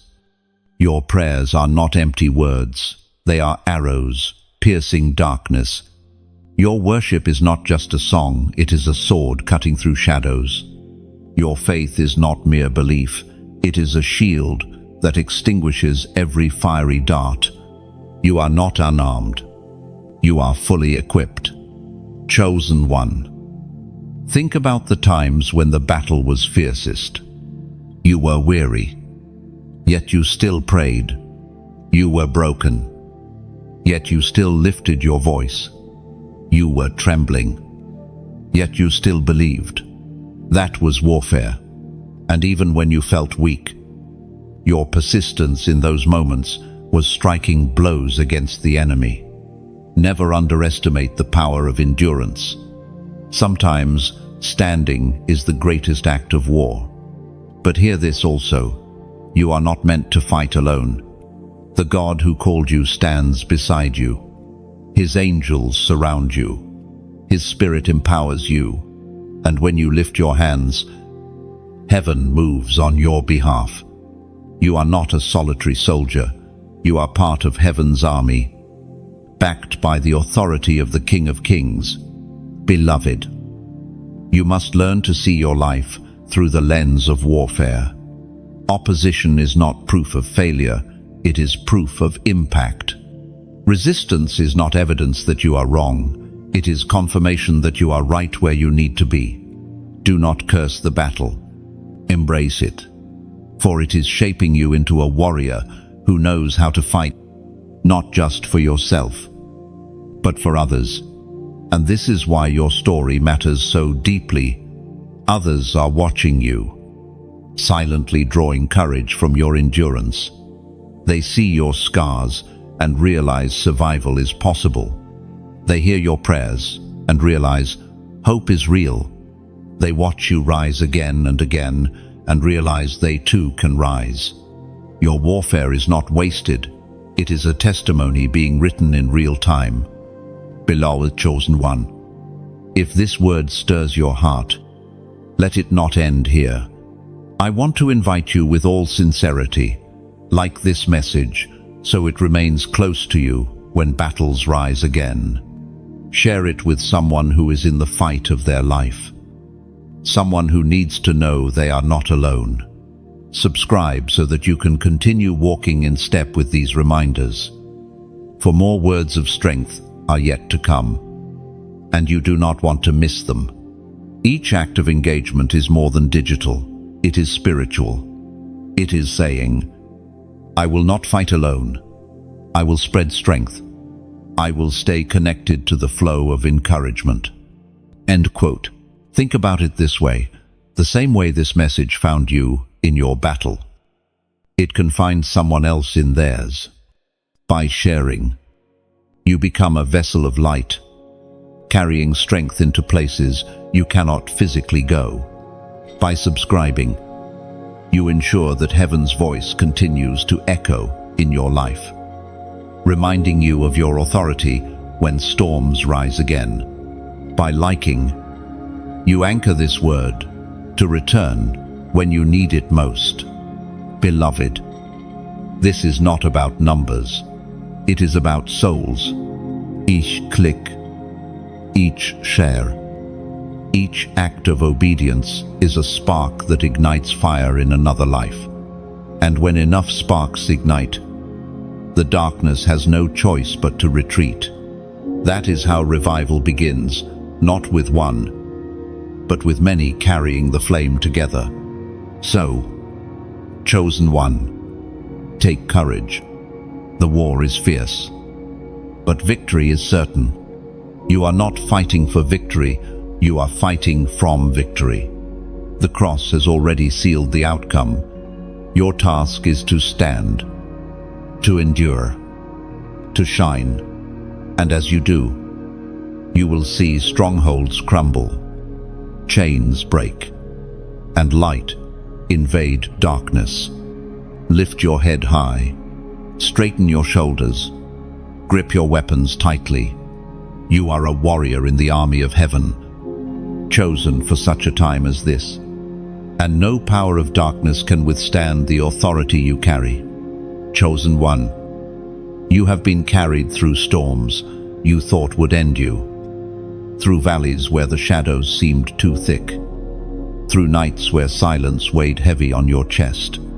And yet, you are here. This is not by accident. This is not by coincidence. It is because heaven has sustained you, step by step, moment by moment, even when you thought you had no strength left.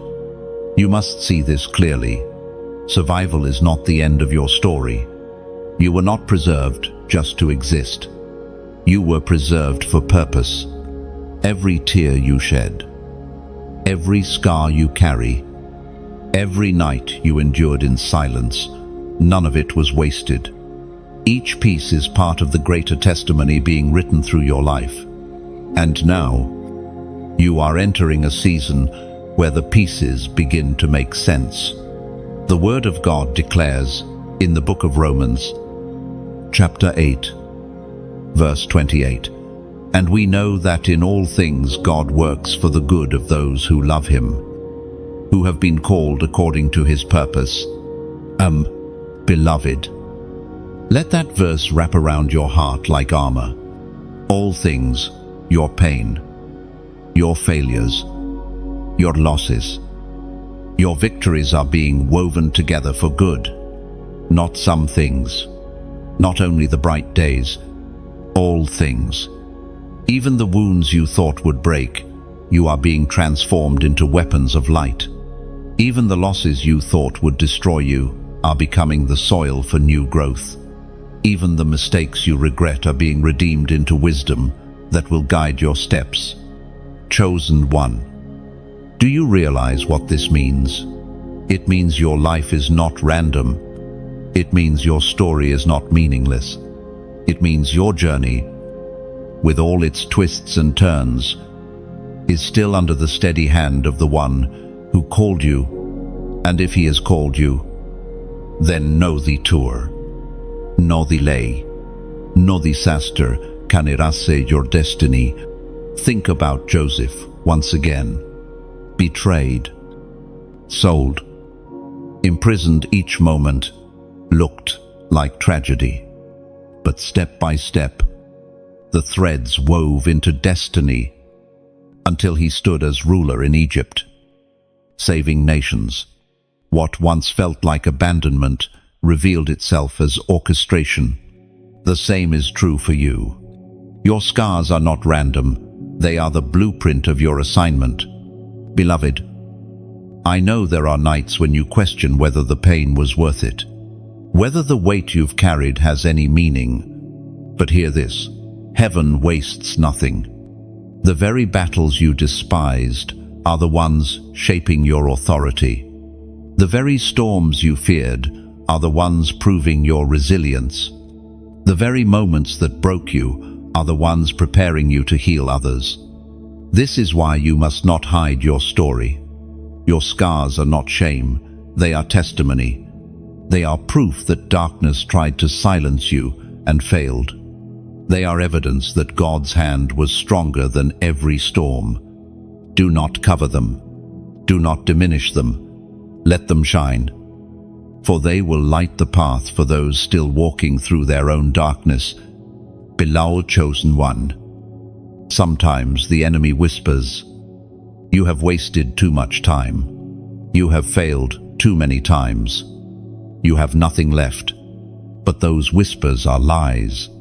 Time is not lost in God's hands. Failure is not final in His grace. And nothing you have endured is wasted. Every moment is being redeemed. Every loss rewritten. Every failure transformed into wisdom. What the enemy meant for harm is being turned into good. Do you see it now? You are not simply surviving. You are being shaped into a vessel of purpose. Your journey is not about avoiding pain, but about transforming it. The fire you endured has refined you. The weight you carried has strengthened you. The silence you walked through has sharpened your hearing to heaven's whisper. Beloved, what lies ahead of you is greater than what lies behind. Do not measure your future by your past. Do not limit your destiny by your wounds. If you are still breathing, then heaven is still working. The pen has not left the page. The story is not finished. And the best chapters are yet to be written. This is why you must rise now with courage. Step forward boldly. Refuse to let regret chain you. Refuse to let shame silence you. Refuse to let fear define you. Lift your head, straighten your shoulders, and declare that your story is still unfolding, and it will end in glory. Beloved, chosen one. I want to invite you now to seal this truth with a declaration. In the comments below, type, "All things good." Just 3 words. Yet they carry eternal weight. Because when you declare them, you are aligning with heaven's promise that nothing in your life is wasted. You are declaring, "My pain has purpose. My scars have meaning. My story is being redeemed." Alu. This simple act is not just for you, it is for your future. When storms rise again, you will look back and remember this declaration. When doubt whispers, you will recall that you proclaimed alignment with heaven's word. And that remembrance will give you strength to keep moving. Beloved, take this moment seriously. Every act of agreement builds momentum in the spirit. When you type those words, you are joining with the declaration of Romans 8:28, stamping it across your life as truth. And once heaven and earth agree, nothing can undo it. So, chosen one, walk forward with boldness. Live as one who knows nothing is wasted. Speak as one who believes every scar has meaning. Shine as one who understands even the darkest night produces dawn. You are not ordinary. You are chosen. And your story, with all its twists and turns, is still moving toward glory. Chosen one. There are moments when the weight of your journey presses so heavily that you wonder how much longer you can endure. Yet, even in those moments, strength you did not know you carried begins to rise. It is not your own strength, it is the Spirit of God within you. Again and again, you have discovered this truth. When you are weakest, His power becomes most visible. The path you walk has not been easy. There were valleys so deep you thought you would never see the sun again. There were storms so violent you feared they would tear you apart. There were seasons of silence when heaven felt far away and prayers seemed unanswered. And yet, through it all, you endured. That endurance is not accidental.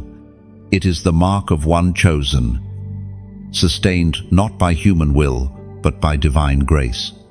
As the Apostle Paul declared in the second letter to the Corinthians, chapter 12, verse 9, "But he said to me, 'My grace is sufficient for you, for my power is made perfect in weakness.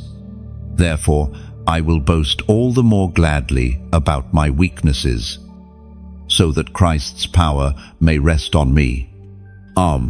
Beloved, your weakness has never disqualified you. It has invited God's power to rest upon you.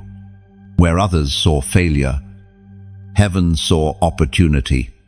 Where you saw brokenness, heaven saw a vessel ready to be filled. Your weakness is not a shame. It is a doorway through which divine strength enters. That is why you are still here. That is why you did not break, because His grace was enough. Even when you felt you had nothing left, think of how many times you whispered, "I cannot do this anymore." Yet somehow, you did. That somehow was grace. Think of the nights you felt crushed, unable to rise. Yet at dawn, you rose again. That rising was not by your strength, it was by His Spirit. Each moment of endurance was proof that you are upheld by something greater than yourself. Beloved chosen one, recognize this. Endurance is not passive. It is not simply surviving. It is an act of defiance against despair. A statement that says, "I will not quit." Every time you refused to surrender, you were waging war. Every step forward, even the smallest, was a victory, and heaven recorded them all. The angels witnessed your perseverance. and God Himself smiled upon your resilience. Endurance also shapes character. The scars you carry are not signs of defeat, they are symbols of training. Through trials, you learned patience. Through loss, you learned compassion. Through storms, you learned trust. Each hardship carved into you wisdom that cannot be bought, resilience that cannot be faked, and faith that cannot be shaken. You are no longer who you once were. You have been transformed by the very battles you thought would destroy you. Beloved, do not underestimate the testimony of endurance. People around you may not know the full weight of what you've endured, but they see your perseverance, and it speaks louder than words. Your quiet faithfulness, your steady resilience, your refusal to quit, they are sermons without speech. Preaching hope to those who watch silently, you may never know how many lives your endurance has already touched. Consider Job, who lost everything: family, wealth, health. His friends accused him. His wife told him to give up, and his world collapsed around him. Yet he endured, and in the end, his story was not of loss, but of restoration. The same God who restored Job is the one sustaining you. Endurance is never the end of your story. It is the gateway to break through. Beloved chosen one, you must also understand that endurance is a strategy of heaven. The enemy's greatest weapon is not always the sudden strike. It is the prolonged assault.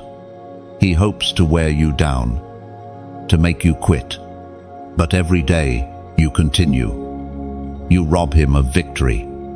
Every day you rise again. You declare that his schemes have failed.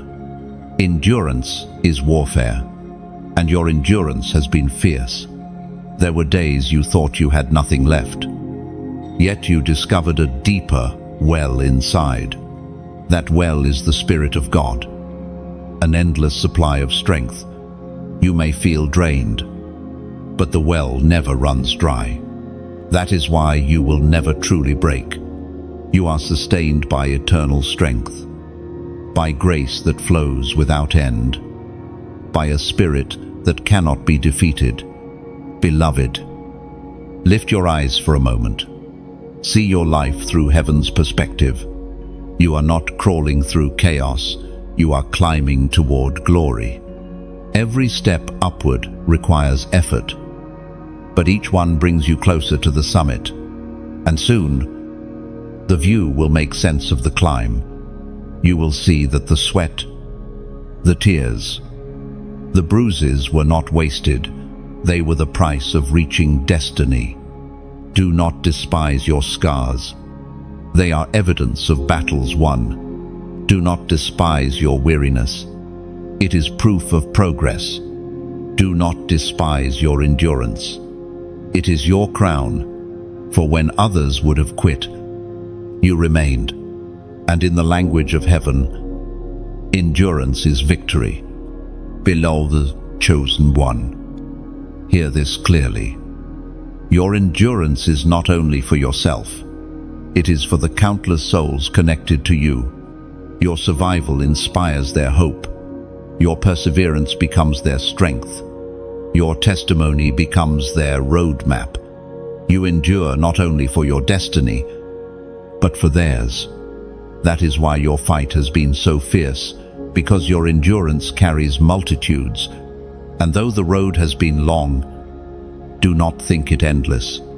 Every season has its conclusion. Every trial has its limit. Every valley has its exit. Endurance is not forever. It is until the door opens, until the breakthrough arrives, until the promise manifests. And beloved, you are closer than you think. The weight you carry is heavy because the finish line is near. So press forward. Chosen one, do not quit. Do not lose heart. You have endured so much already. Do not stop now. Heaven has seen your tears, recorded your prayers, and measured your faithfulness. The crown of endurance is waiting, and the day is coming when you will look back and see that every step was worth it. Beloved, you are stronger than you know, because you are sustained by strength, not your own. And as long as you keep moving, even with trembling steps, you will reach the promise. Chosen one. Every step you have taken has been watched over, every path guided, every detour accounted for. You may have felt lost at times, but heaven never lost sight of you. Divine guidance has been the invisible thread weaving through your story, pulling you back when you strayed, redirecting you when you faltered, and leading you toward the destiny prepared for you. There were times when you thought the silence of God meant absence. You prayed and heard no answer. You waited and saw no sign. Yet even in silence, guidance was at work. The closed doors were as much direction as the open ones. The delays were as much protection as the breakthroughs. What felt like confusion was, in truth, precisión, as Scripture reveals in the book of Proverbs, chapter 3, verses 5 and 6. Trust in the Lord with all your heart, and lean not on your own understanding. In all your ways submit to him, and he will make your paths straight. Lo, beloved, this truth is your anchor. Your understanding is limited. You see fragments. God sees the whole. You look at the present. God looks at eternity. When you could not see the path, he was straightening it. When you stumbled, he was lifting you. When you wandered, he was redirecting you. Divine guidance does not always shout. Often, it whispers, nudging you one step at a time. Think of the Israelites led by a pillar of cloud by day and fire by night. They did not see the promised land immediately. They were led step by step, day by day. The same is true for you. The pillar of his presence has never left you. It may not always look dramatic, but it is steady, constant, faithful. Beloved chosen one. Guidance often comes disguised, a conversation that stirs your spirit, a sudden conviction that changes your decision, a dream that lingers with unusual clarity, a scripture verse that leaps from the page at just the right moment. None of these are random. They are coordinates on the map of your destiny. The Spirit of God has been aligning your steps all along. You may ask, but what about my mistakes? What about the times I ignored his voice? Beloved, even then, his guidance never abandoned you. Like a shepherd guiding a wandering sheep, he used your missteps to redirect you. Even your detours have been woven into your destiny.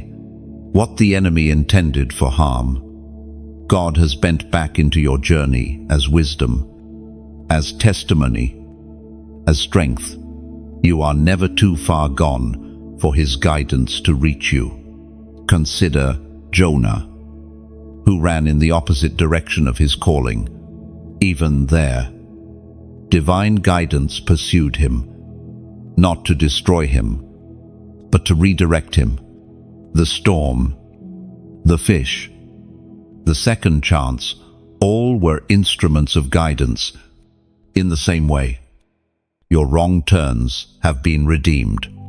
You are still on course, because the hand of God is relentless in leading you home. Beloved, divine guidance requires trust. The path will not always make sense. You will not always see the destination. Sometimes, the steps forward will feel like steps backward. Yet trust is the soil where faith grows. To follow guidance is to walk, even when sight is dim. It is to say, I do not understand, but I will trust. And each time you do, the path clears a little more. This is why hindsight often reveals what foresight cannot. Looking back, you can see how one closed door protected you, how one delay prepared you, how one disappointment redirected you. At the time, it felt painful, but now, you see, it was purposeful. Beloved, this is the nature of divine guidance. It is clearer in reflection than in the moment. Chosen one, do not fear the unknown path ahead. The same God who led you this far will lead you further still. The same hand that held you yesterday holds you today and will hold you tomorrow. Divine guidance is not seasonal, it is eternal. The shepherd does not abandon his sheep halfway. He leads them all the way home. Beloved, also recognize that guidance is not only for direction, it is for intimacy. God does not guide you merely to get you to a destination. He guides you so you will walk closely with Him. The journey itself is the gift, because it is in walking that you learn His voice, in trusting that you learn His heart, in following that you learn His ways. Think of how a child learns to walk. The parent holds their hand, steadying each step. Sometimes the child stumbles. Sometimes they fall. But the hand never lets go. That is divine guidance. It teaches you to walk, not by carrying you endlessly, but by walking with you until you can trust His presence. Beloved chosen one, your steps are not random. Every twist, every turn, every delay, every acceleration, it has all been under guidance. You are not lost. You are not wandering aimlessly. You are following a path carved by heaven long before you were born. And as long as you keep trusting, you cannot miss your way. So quiet your heart. Release the need to control. Submit your steps to Him daily, even when the road looks uncertain. Remember, divine guidance is faithful. The shepherd knows the path. The shepherd sees the destination, and the shepherd never fails to lead his chosen home. Chosen one, listen carefully. You have been carried through battles that others would not have survived. You have walked through valleys where shadows pressed close, yet you did not collapse. You have stood in fires that should have consumed you, yet you emerged refined. Do not mistake this resilience for coincidence. You are here because heaven has preserved you. You are here because destiny still calls your name. And now, the Spirit presses urgently on your heart. The time for hesitation is over. The season of wandering is ending. You are standing at the threshold of a new chapter, and your agreement with heaven will determine what unfolds next. Do not delay. Do not harden your heart. This is a moment that demands response. Beloved chosen one, when you look back, you will see the fingerprints of God all over your story. Every narrow escape, every unexplainable breakthrough, every door that opened against all odds, these were not random.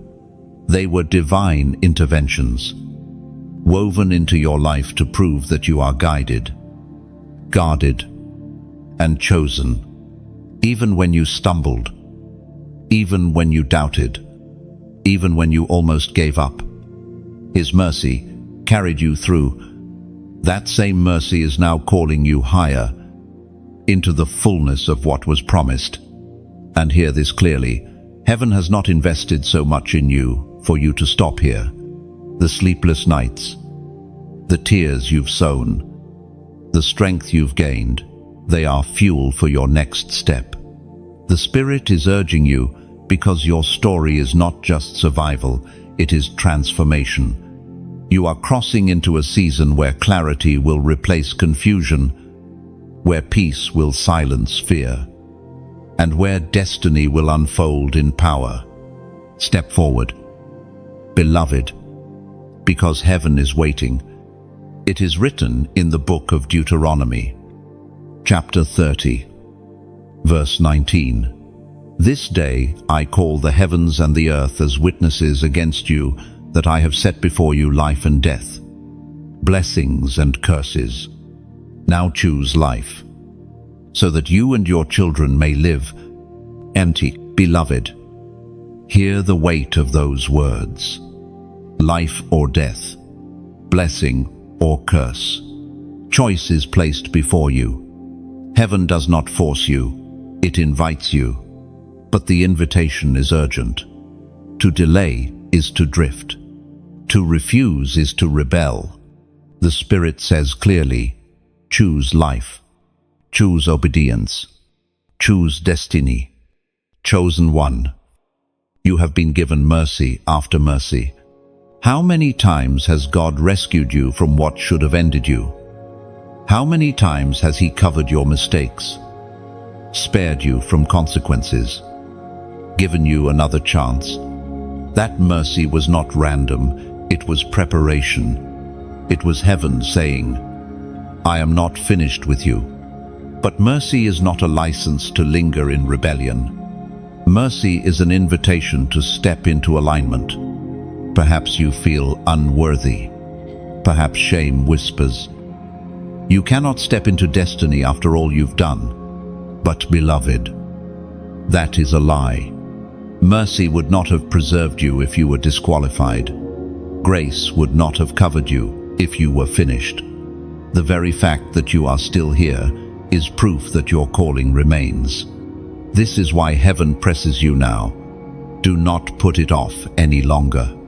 Do not wait for a more convenient time. The moment is now. The Spirit is calling, and your response matters. Beloved chosen one, to seal this moment, I invite you to declare agreement with heaven through a prophetic act. In the comments below, type this number, 888. Why 888? Because it represents new beginnings, multiplied, abundance overflowing, and resurrection life. It is the number of stepping into what is new, leaving behind what is old, and walking into divine alignment. When you write it, you are not just typing digits, you are declaring, I choose life, I choose destiny, I choose alignment with heaven's plan. Oh, beloved, do not take this lightly. This is not a game. This is not routine. This is sacred. By typing those numbers, you are echoing Deuteronomy 30 gegen 19, proclaiming that you choose blessing over curse, life over death, obedience over rebellion. You are telling heaven, count me in. I will not turn back. You are telling the enemy, your grip is broken. You are telling yourself, I step into new beginnings. Oh, understand this. Prophetic acts may look small in the natural, but they carry weight in the spiritual. Noah, hammering wood, looked ordinary, yet it built an ark that saved generations. Israel, marching around Jericho, looked strange, yet it tore down walls. You typing Shmona me'ot shmonim ve'shmona may look simple, yet it is a declaration that shifts atmospheres, breaks sickness, and aligns you with destiny. Beloved, hesitation is dangerous. How many times have you promised yourself you would change tomorrow?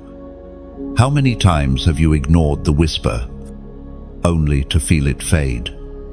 Each delay hardens the heart. Each refusal dulls the ears. But today, mercy is extended once more. The Spirit is saying, do not delay. This moment is too sacred to waste. Think of Israel again. They stood at the edge of promise, yet fear caused them to turn back.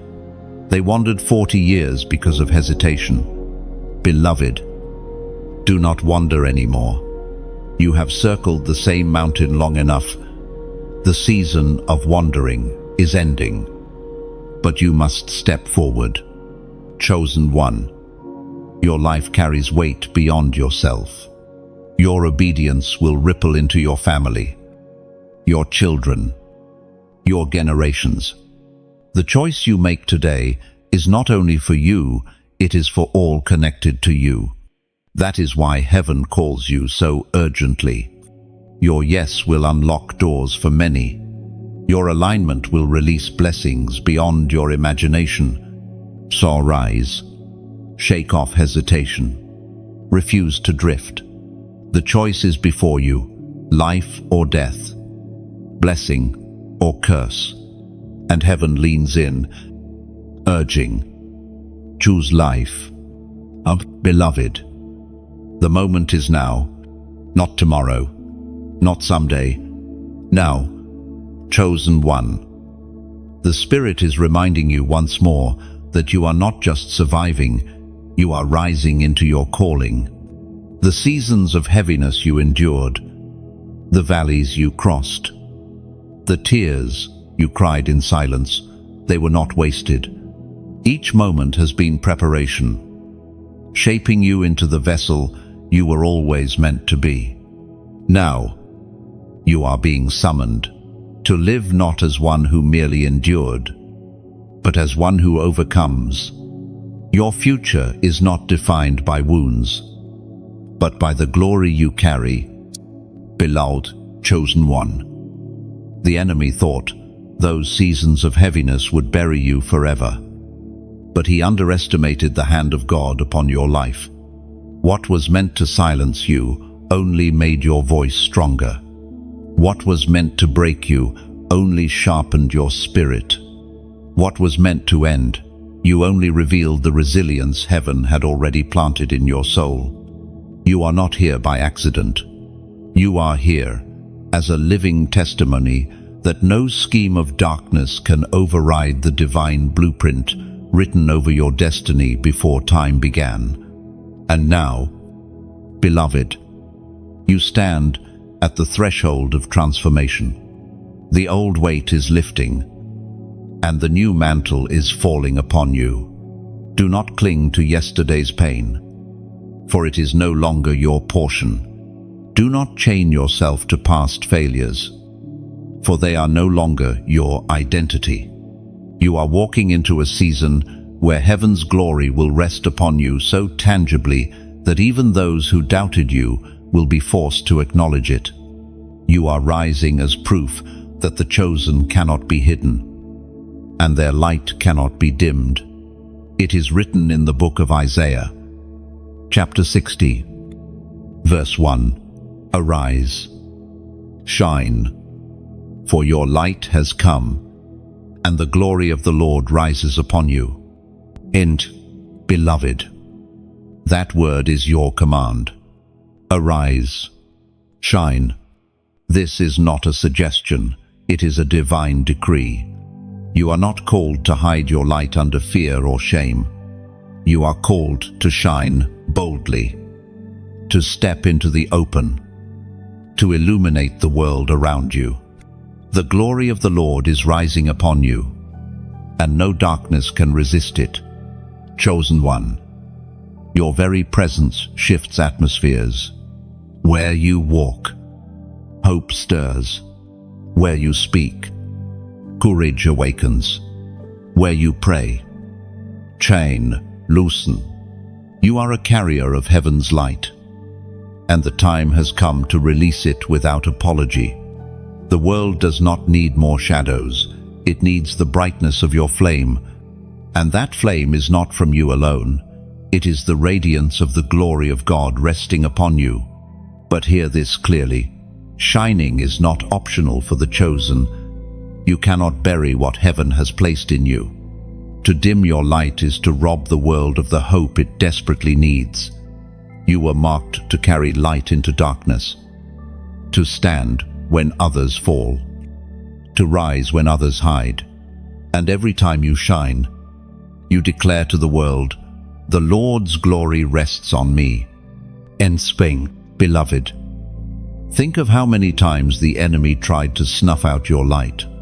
Through betrayal, through rejection, through hardship. He tried to convince you that you were broken beyond repair, but every attempt failed. Not only are you still here, you are brighter than ever.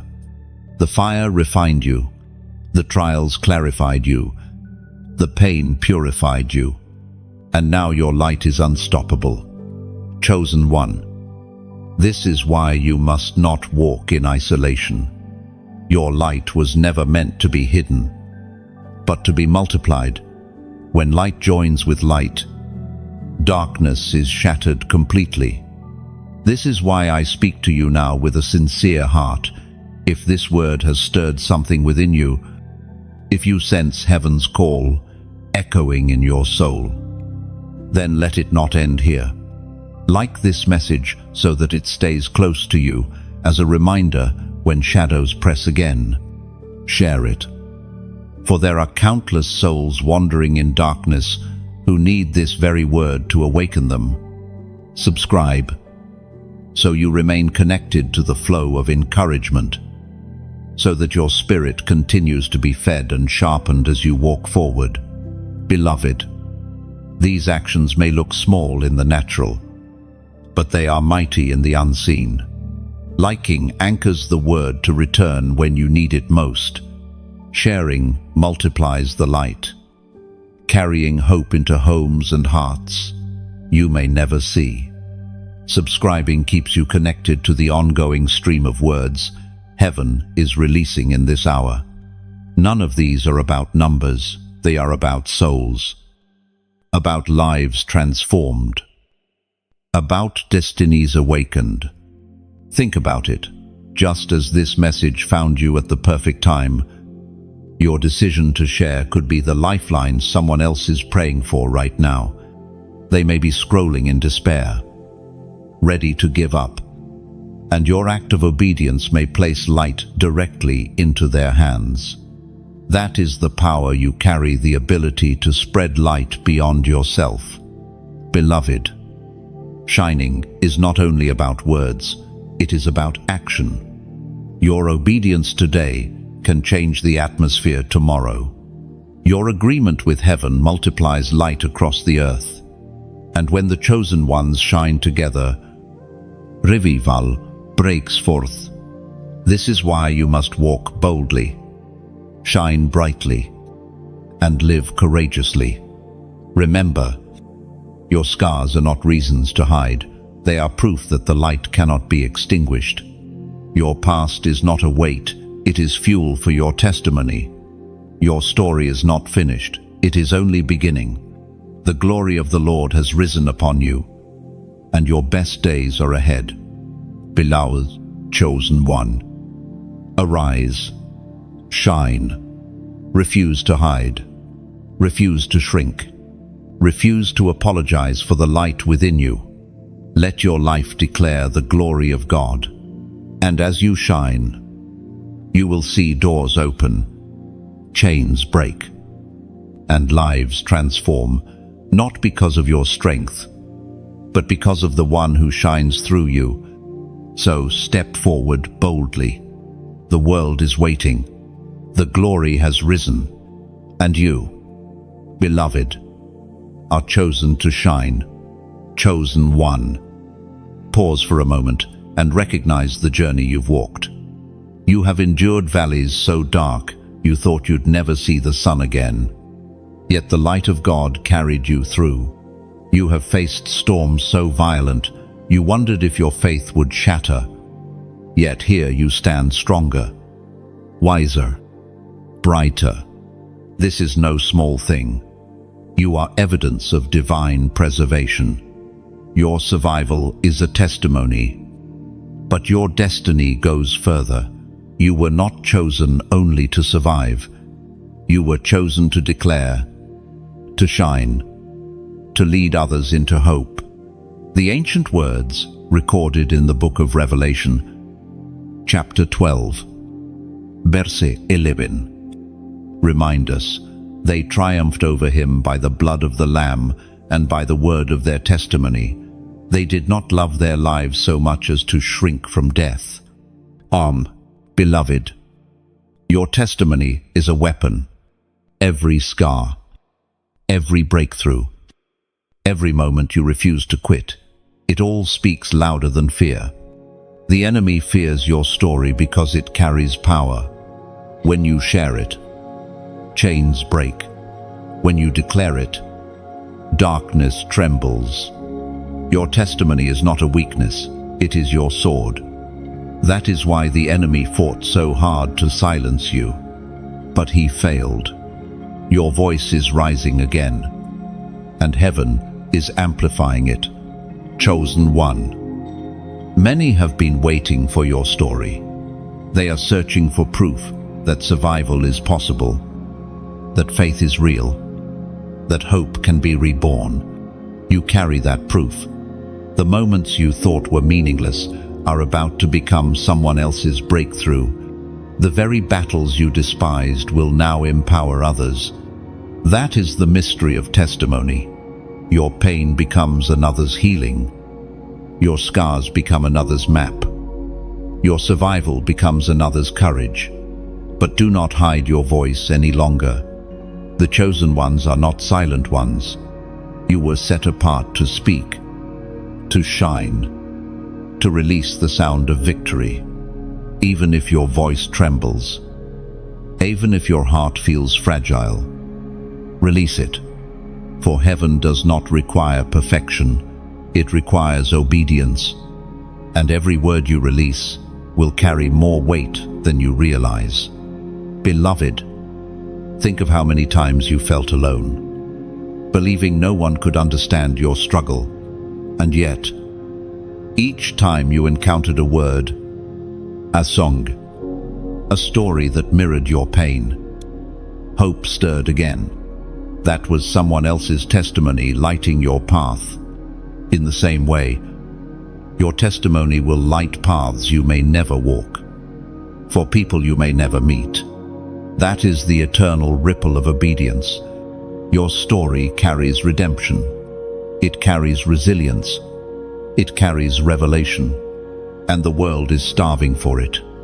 People are desperate for voices that are real. Voices that do not pretend perfection. Voices that shine light into the cracks of human experience. Your voice is that light. Do not dim it. Do not bury it. Do not silence it. Let it roar. For heaven will amplify it beyond your imagination. Beloved chosen one, I want you to do something bold. Something that will seal this moment. In the comments below, type this declaration: I carry fire. Just 3 words. Simple, direct, yet they carry the weight of your identity. Because when you declare them, you are not speaking empty syllables. You are proclaiming a spiritual reality. You are saying, my voice will not be silenced. My light will not be hidden. My story will not be wasted. I carry the fire of God, and I will release it. Oh, beloved, do not dismiss the power of this act. Every prophetic declaration is like a spark, igniting flame in the unseen realm. When you type those words, you are telling your soul to rise. You are telling the enemy to retreat. You are telling heaven you agree with your identity. Agreement releases acceleration. Declaration multiplies impact. And fire spreads when it is released. Think about Elijah, who called down fire on Mount Carmel. He stood alone, surrounded by opposition, mocked by false prophets. Yet his declaration carried weight, and fire fell. You may feel small, but your words carry eternal weight. When you declare truth, Heaven responds. When you release your testimony, fire spreads, and that fire cannot be quenched. Beloved chosen one, the fire you carry is not only for you, it is for generations. It is for those in your family who are still bound. It is for those in your community who are still lost. It is for strangers who will encounter your story and find themselves ignited with courage. Fire spreads by contact. And every word you speak, every action you take, every testimony you share is a spark that lights another flame. Do not let fear convince you to keep the fire hidden. Fear whispers that your voice is too small, that your scars disqualify you, that your story is not worth telling. But fear is a liar. Your scars are proof of victory. Your voice is marked by heaven. Your story is precious, powerful, and necessary. Someone's breakthrough depends on your obedience. Beloved, you are stepping into a season of release. The fire you carry is not meant to smolder quietly, it is meant to blaze. It will purify. It will guide. It will protect. It will inspire. And as you carry it boldly, you will see doors open, hearts awaken, and chains fall. This is your calling, to be a torchbearer, one who carries fire into the darkest corners of the earth. So, rise now, chosen one. Do not shrink back. Do not silence your story. Declare boldly who you are. Carry the fire without apology.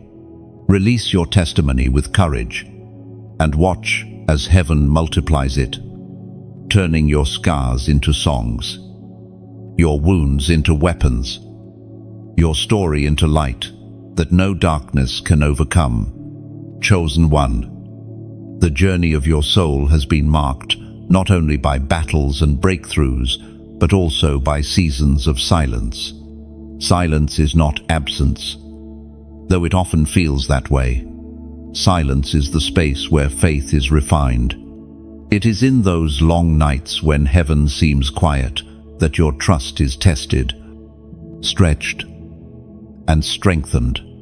And though you may have mistaken the quiet for abandonment, the truth is this: God was nearer to you in the silence than you realized. Beloved, chosen one, silence has also been a shield. There were prayers you thought went unanswered, but in truth, heaven was protecting you from things you could not yet see.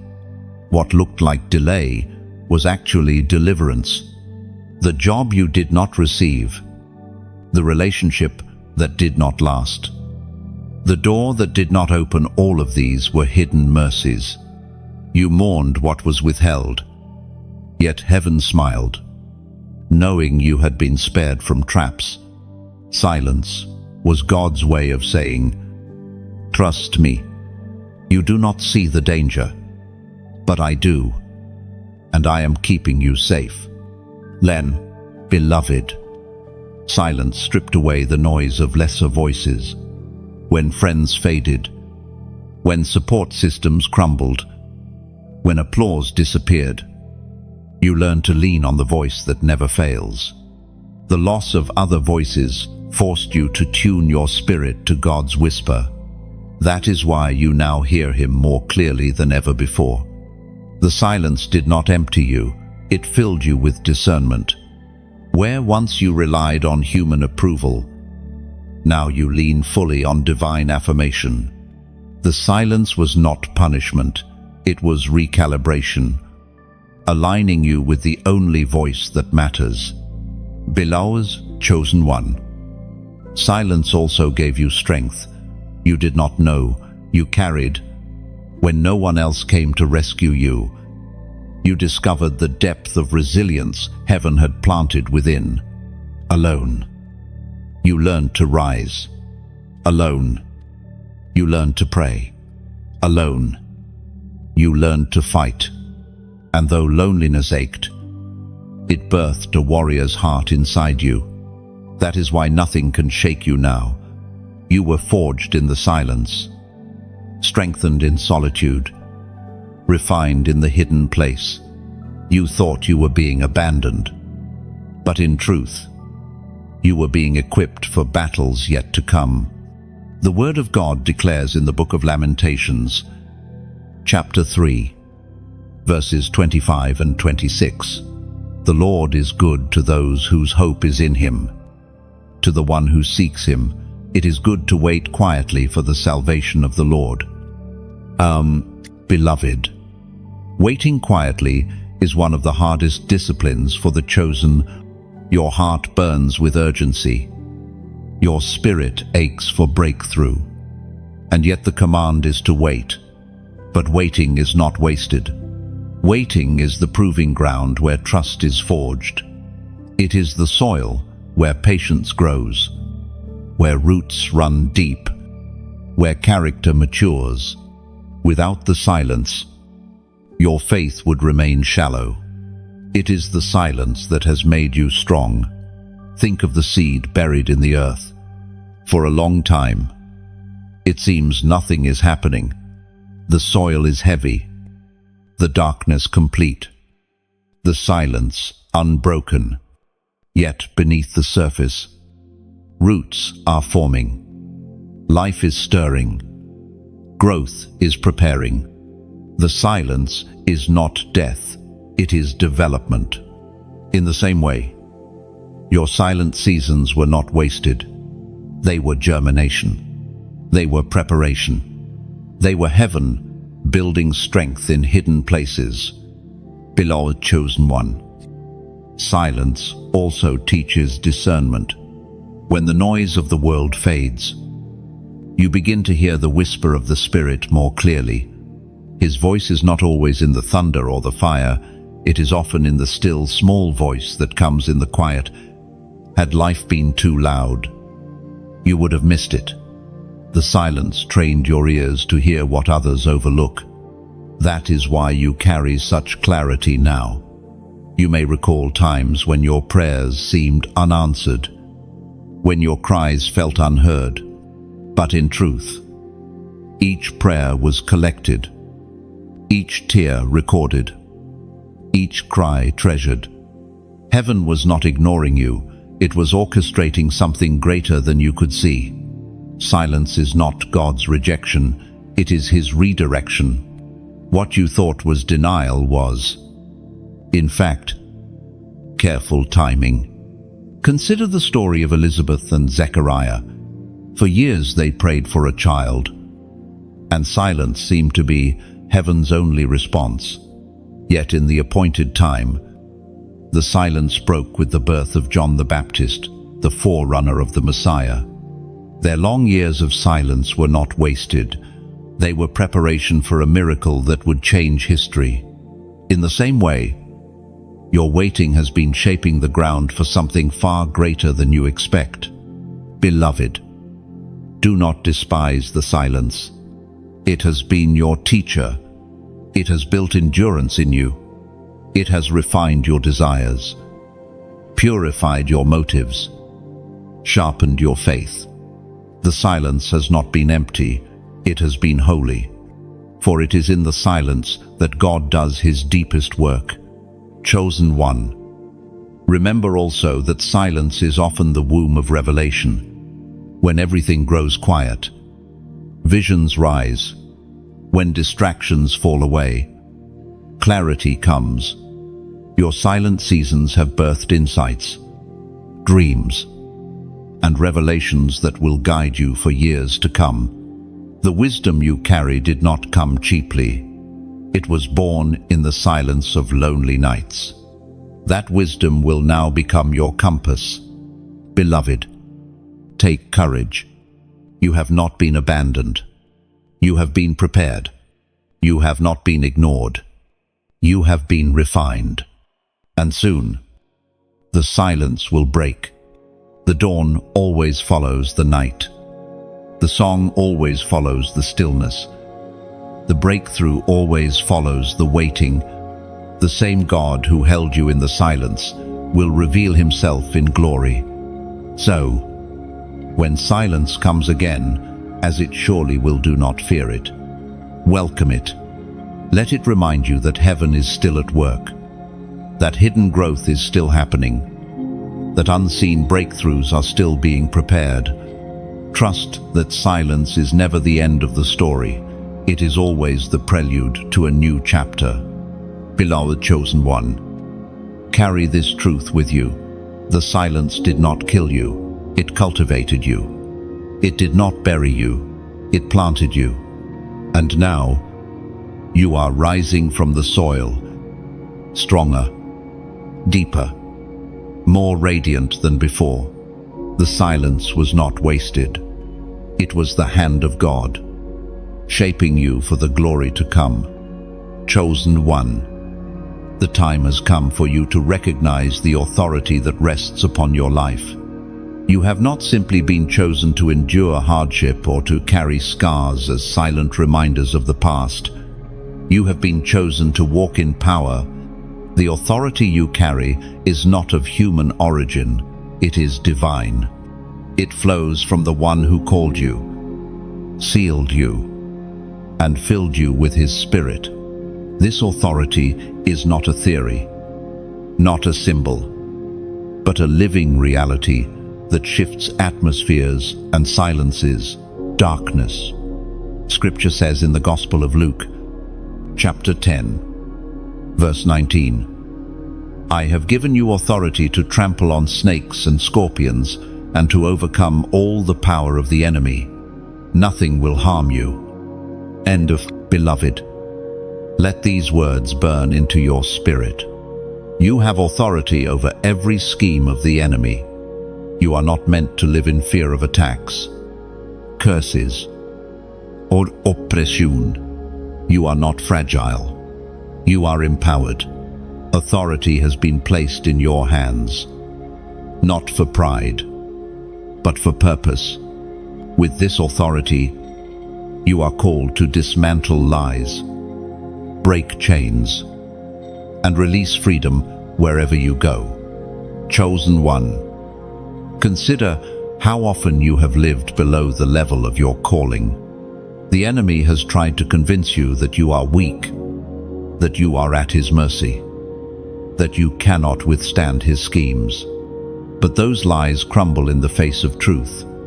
You were never meant to live under oppression. You were meant to rise above it. Authority is your inheritance, not as an option, but as a necessity. Think about the disciples of Jesus.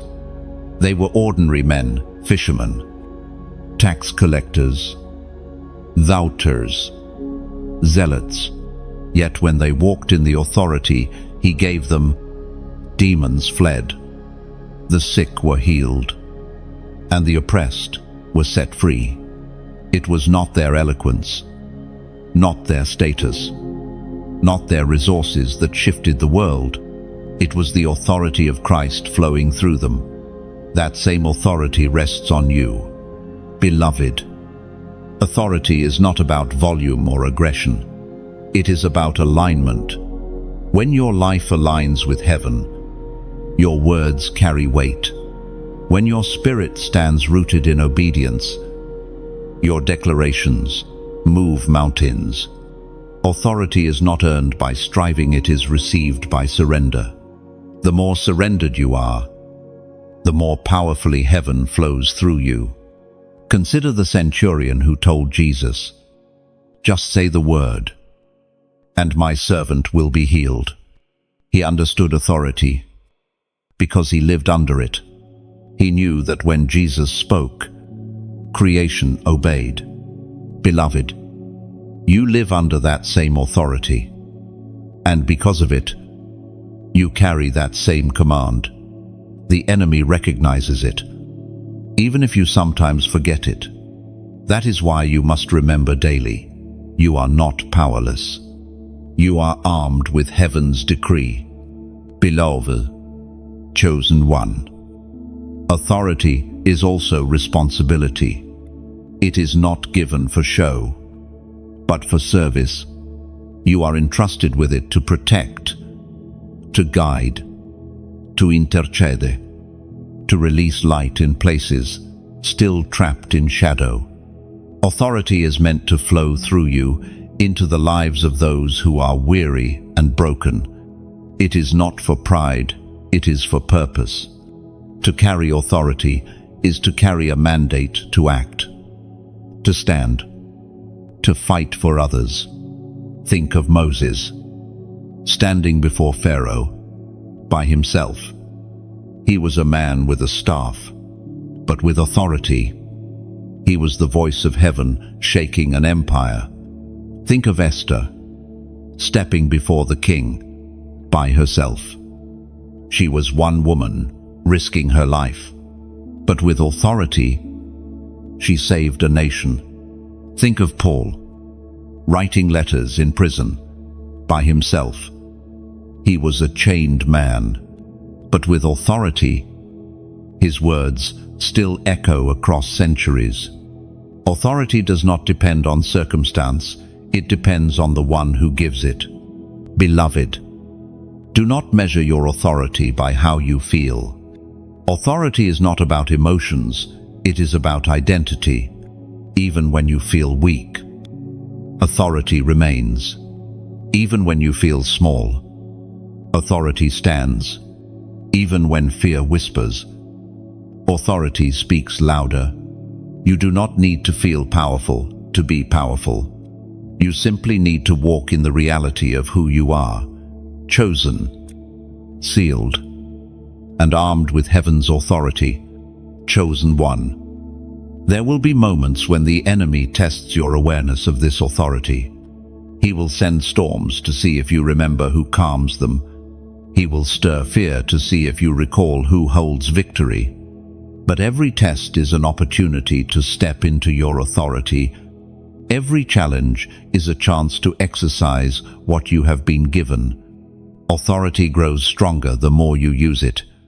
Beloved, lift your head high. You are not fragile. You are not forgotten. You are not powerless.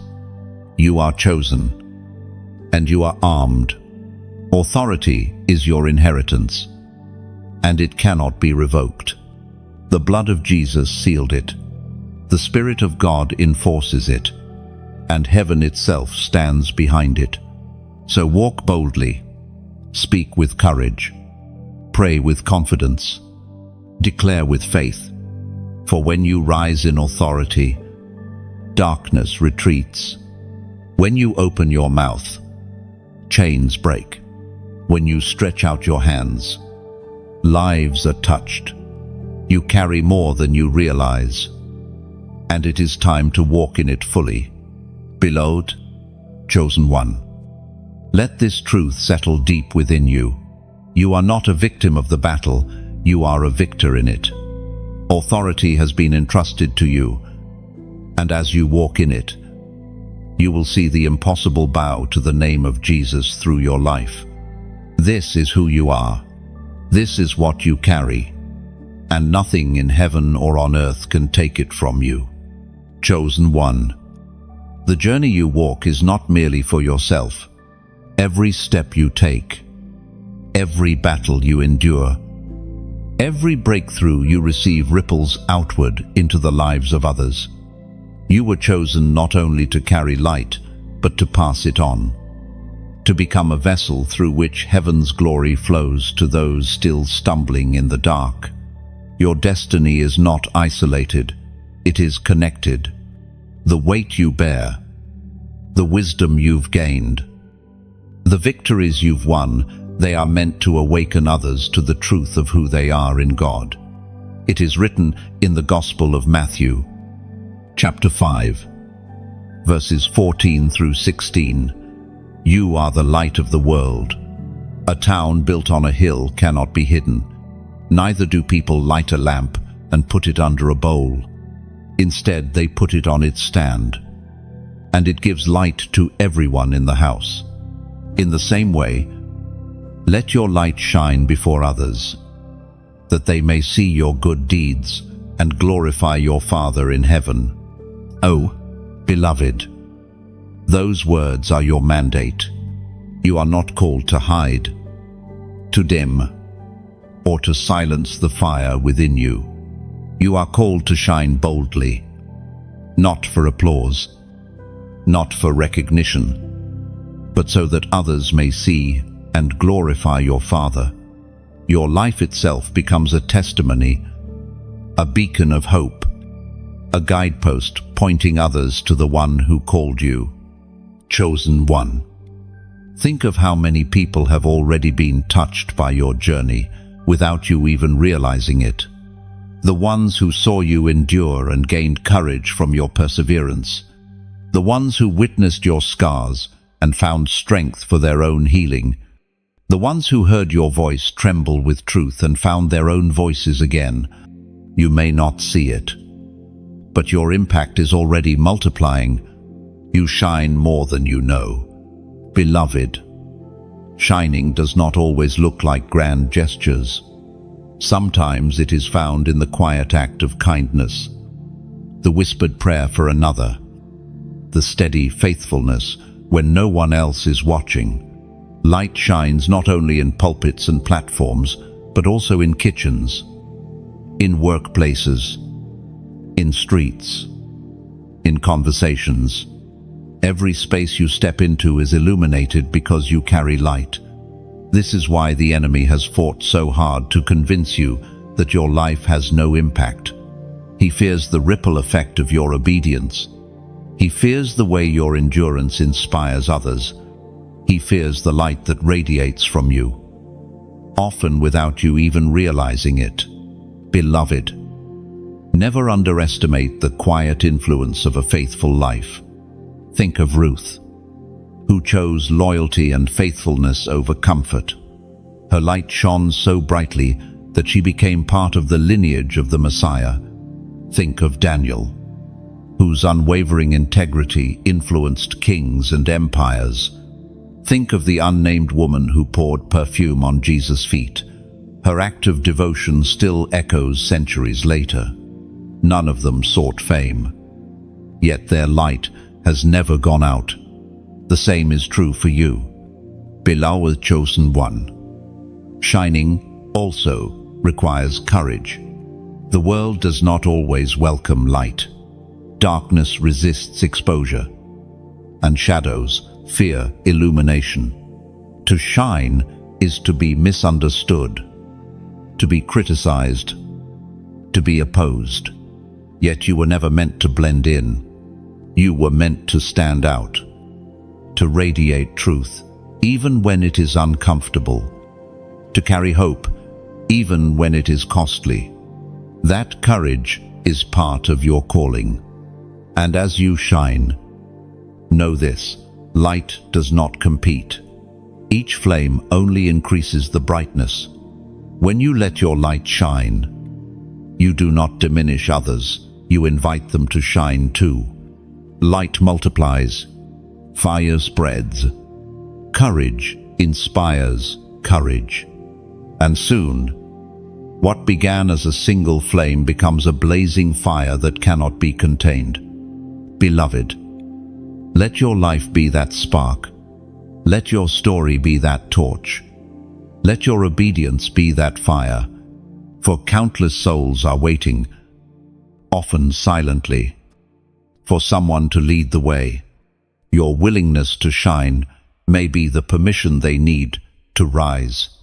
Remember also that your light is not fragile.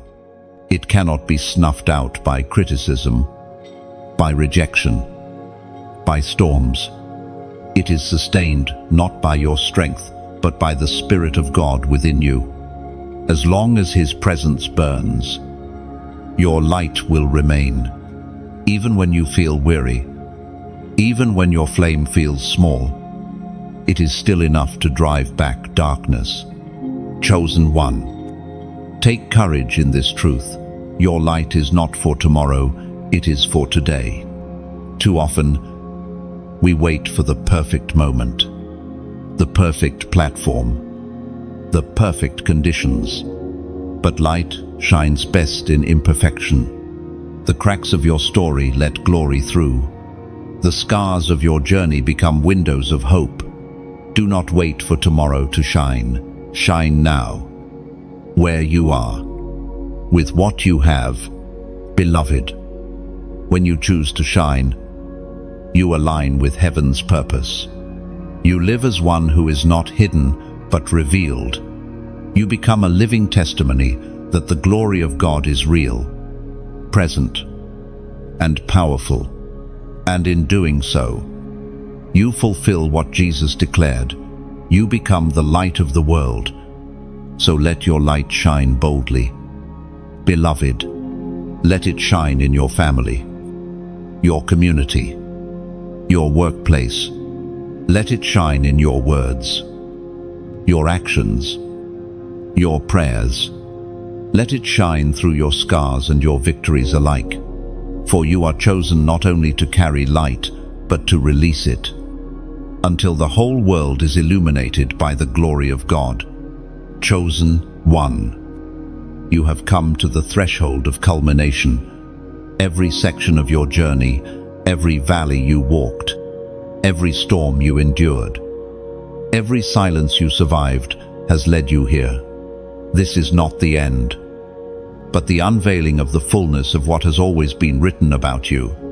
From the very beginning, heaven whispered your name, not as one among many, but as one set apart, one marked, one chosen to reflect divine glory in a world desperate for light. The ancient words recorded in the book of Isaiah, chapter 43, verse 1, speak directly to you now. But now, this is what the Lord says. He who created you, Jacob, he who formed you, Israel, do not fear, for I have redeemed you. I have summoned you by name. You are mine. Oh, beloved, let these words settle deep within your spirit. You are His. Before destiny, before calling, before trials, before triumphs, you are His. Nothing has changed that truth. Not failure, not fear, not the weight of your mistakes. You are His.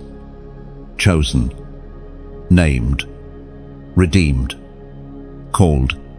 The same God who formed you has preserved you, and the same God who summoned you will finish what He began. Chosen one, consider what you have endured, the nights of weeping, the seasons of waiting, the moments of despair. All of them testified to your resilience. But more than that, they testified to the faithfulness of the one who carried you. For though you stumbled, you did not fall. Though you were pressed, you were not crushed. Though shadows surrounded you, the light within never went out. Every battle only confirmed what heaven already declared. You cannot be broken, because you are chosen. Beloved, this moment is not just about survival, it is about fulfillment. You stand at the edge of a new era, one in which the promises spoken over you are no longer distant echoes but living realities. The seeds you sowed in tears are ready for harvest. The prayers, whispered in silence, are about to bloom. The visions carried in secret are about to unfold. You are stepping into the manifestation of destiny. This does not mean the journey ahead will be without trials. No, the chosen always face resistance. But now, you carry a maturity, a wisdom, a strength that cannot be shaken. The storms may rage, but you have learned to stand. The valleys may stretch, but you have learned to endure. The silence may return, but you have learned to hear the whisper within it. You are no longer the same.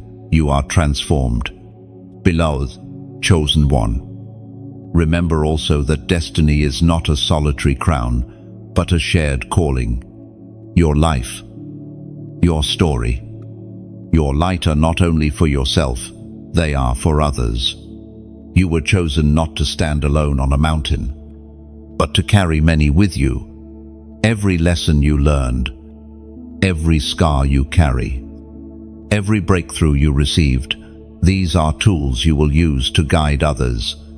The chosen do not hoard glory, they multiply it.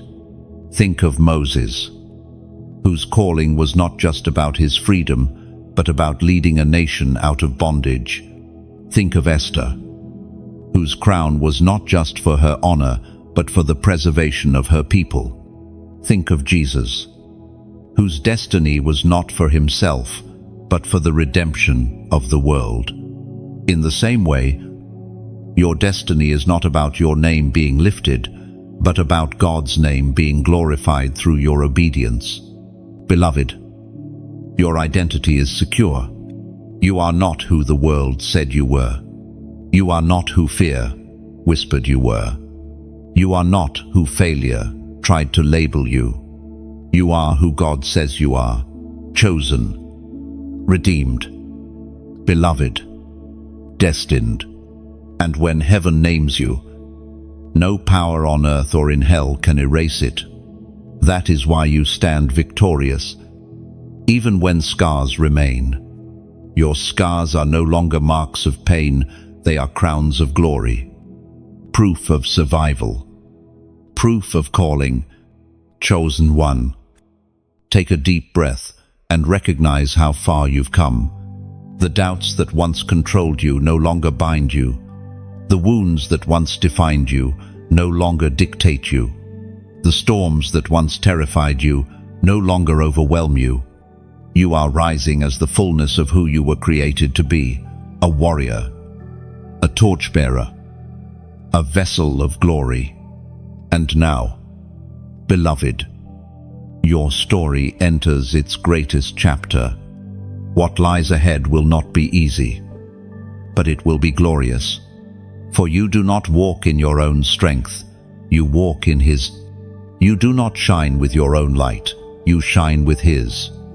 You do not carry your own authority, you carry His. And because of this, you are unstoppable. Remember this, you are unshakable because you stand on the rock. You are unbreakable because you are held by eternal hands. You are unstoppable because the one who chose you goes before you. You are not ordinary. You were never meant to blend in. You were always meant to rise, to shine, to declare, to carry heaven into earth. Beloved, chosen one, let your heart rest in this truth. Destiny is not ahead of you, it is within you. It has always been written in your bones, whispered in your spirit, etched into your name. And now, you are living it. Walk boldly, live fully, shine brightly, for you are chosen, and nothing can change that. Chosen one. You have walked with me through every section, through valleys and mountaintops, through silence and revelation, through trial and triumph. And now we stand together at the close of this journey. But hear me clearly, this is not the end. This is only the beginning of what heaven is unfolding in your life. Every word you have received was a seed planted in your spirit, and those seeds will grow, bearing fruit. In seasons yet to come, you are not leaving this journey empty. You are leaving equipped, awakened, and alive in your calling. Beloved, the world around you may still tremble. Storms may still rise, but you will no longer face them as you once did. You will face them with the knowledge that you are chosen, sealed, and anointed. You will stand not as a victim of circumstance, but as a victor in Christ. This truth must never leave you. Nothing in all creation can separate you from the love of God, and nothing in all creation can erase the destiny written over your life. And because you are chosen, Your light matters. Your voice matters. Your story matters. Do not allow the enemy to convince you otherwise. Each time you rise, someone else finds courage to rise as well. Each time you shine, shadows are pushed back. Each time you declare truth, lies are dismantled. You are more powerful than you realize. And heaven is counting on your obedience in this very hour. Beloved chosen one, as we close, I want to speak to you from my heart. If these words have stirred your spirit, if you have felt the hand of God confirming your identity and calling through them, then let this moment not pass quietly. I invite you to act, not out of routine, but out of alignment with heaven. Like this message, so it remains with you as a marker of this divine encounter. Share it with someone who desperately needs to hear the truth that they too are chosen. Comment with your agreement below, letting your voice join the chorus of the chosen, and subscribe, so you remain connected to this flow of encouragement, strength, and prophetic reminder in the days ahead. Do not underestimate the impact of these acts. By liking, you are saying, "This truth belongs to me." By sharing, you are saying, "This truth must spread." By commenting, you are saying, "I will not stay silent, I will declare my identity." And by subscribing, you are saying, "I will remain rooted in this stream of living words." Each action is not only digital, it is spiritual. It is an outward reflection of an inward agreement. Beloved, let your agreement echo loudly. Do not hide in the shadows any longer. Rise, shine, and declare that you are chosen. The world needs your light. Heaven is waiting for your yes. And as you step forward boldly, remember this always: you are unstoppable, unshakable, unbreakable, because you are held in the hands of the one who has called you by name. This is your destiny. This is your moment. This is your life set apart, marked, chosen. Walk in it fully, and let the whole world see the glory of God shining through you.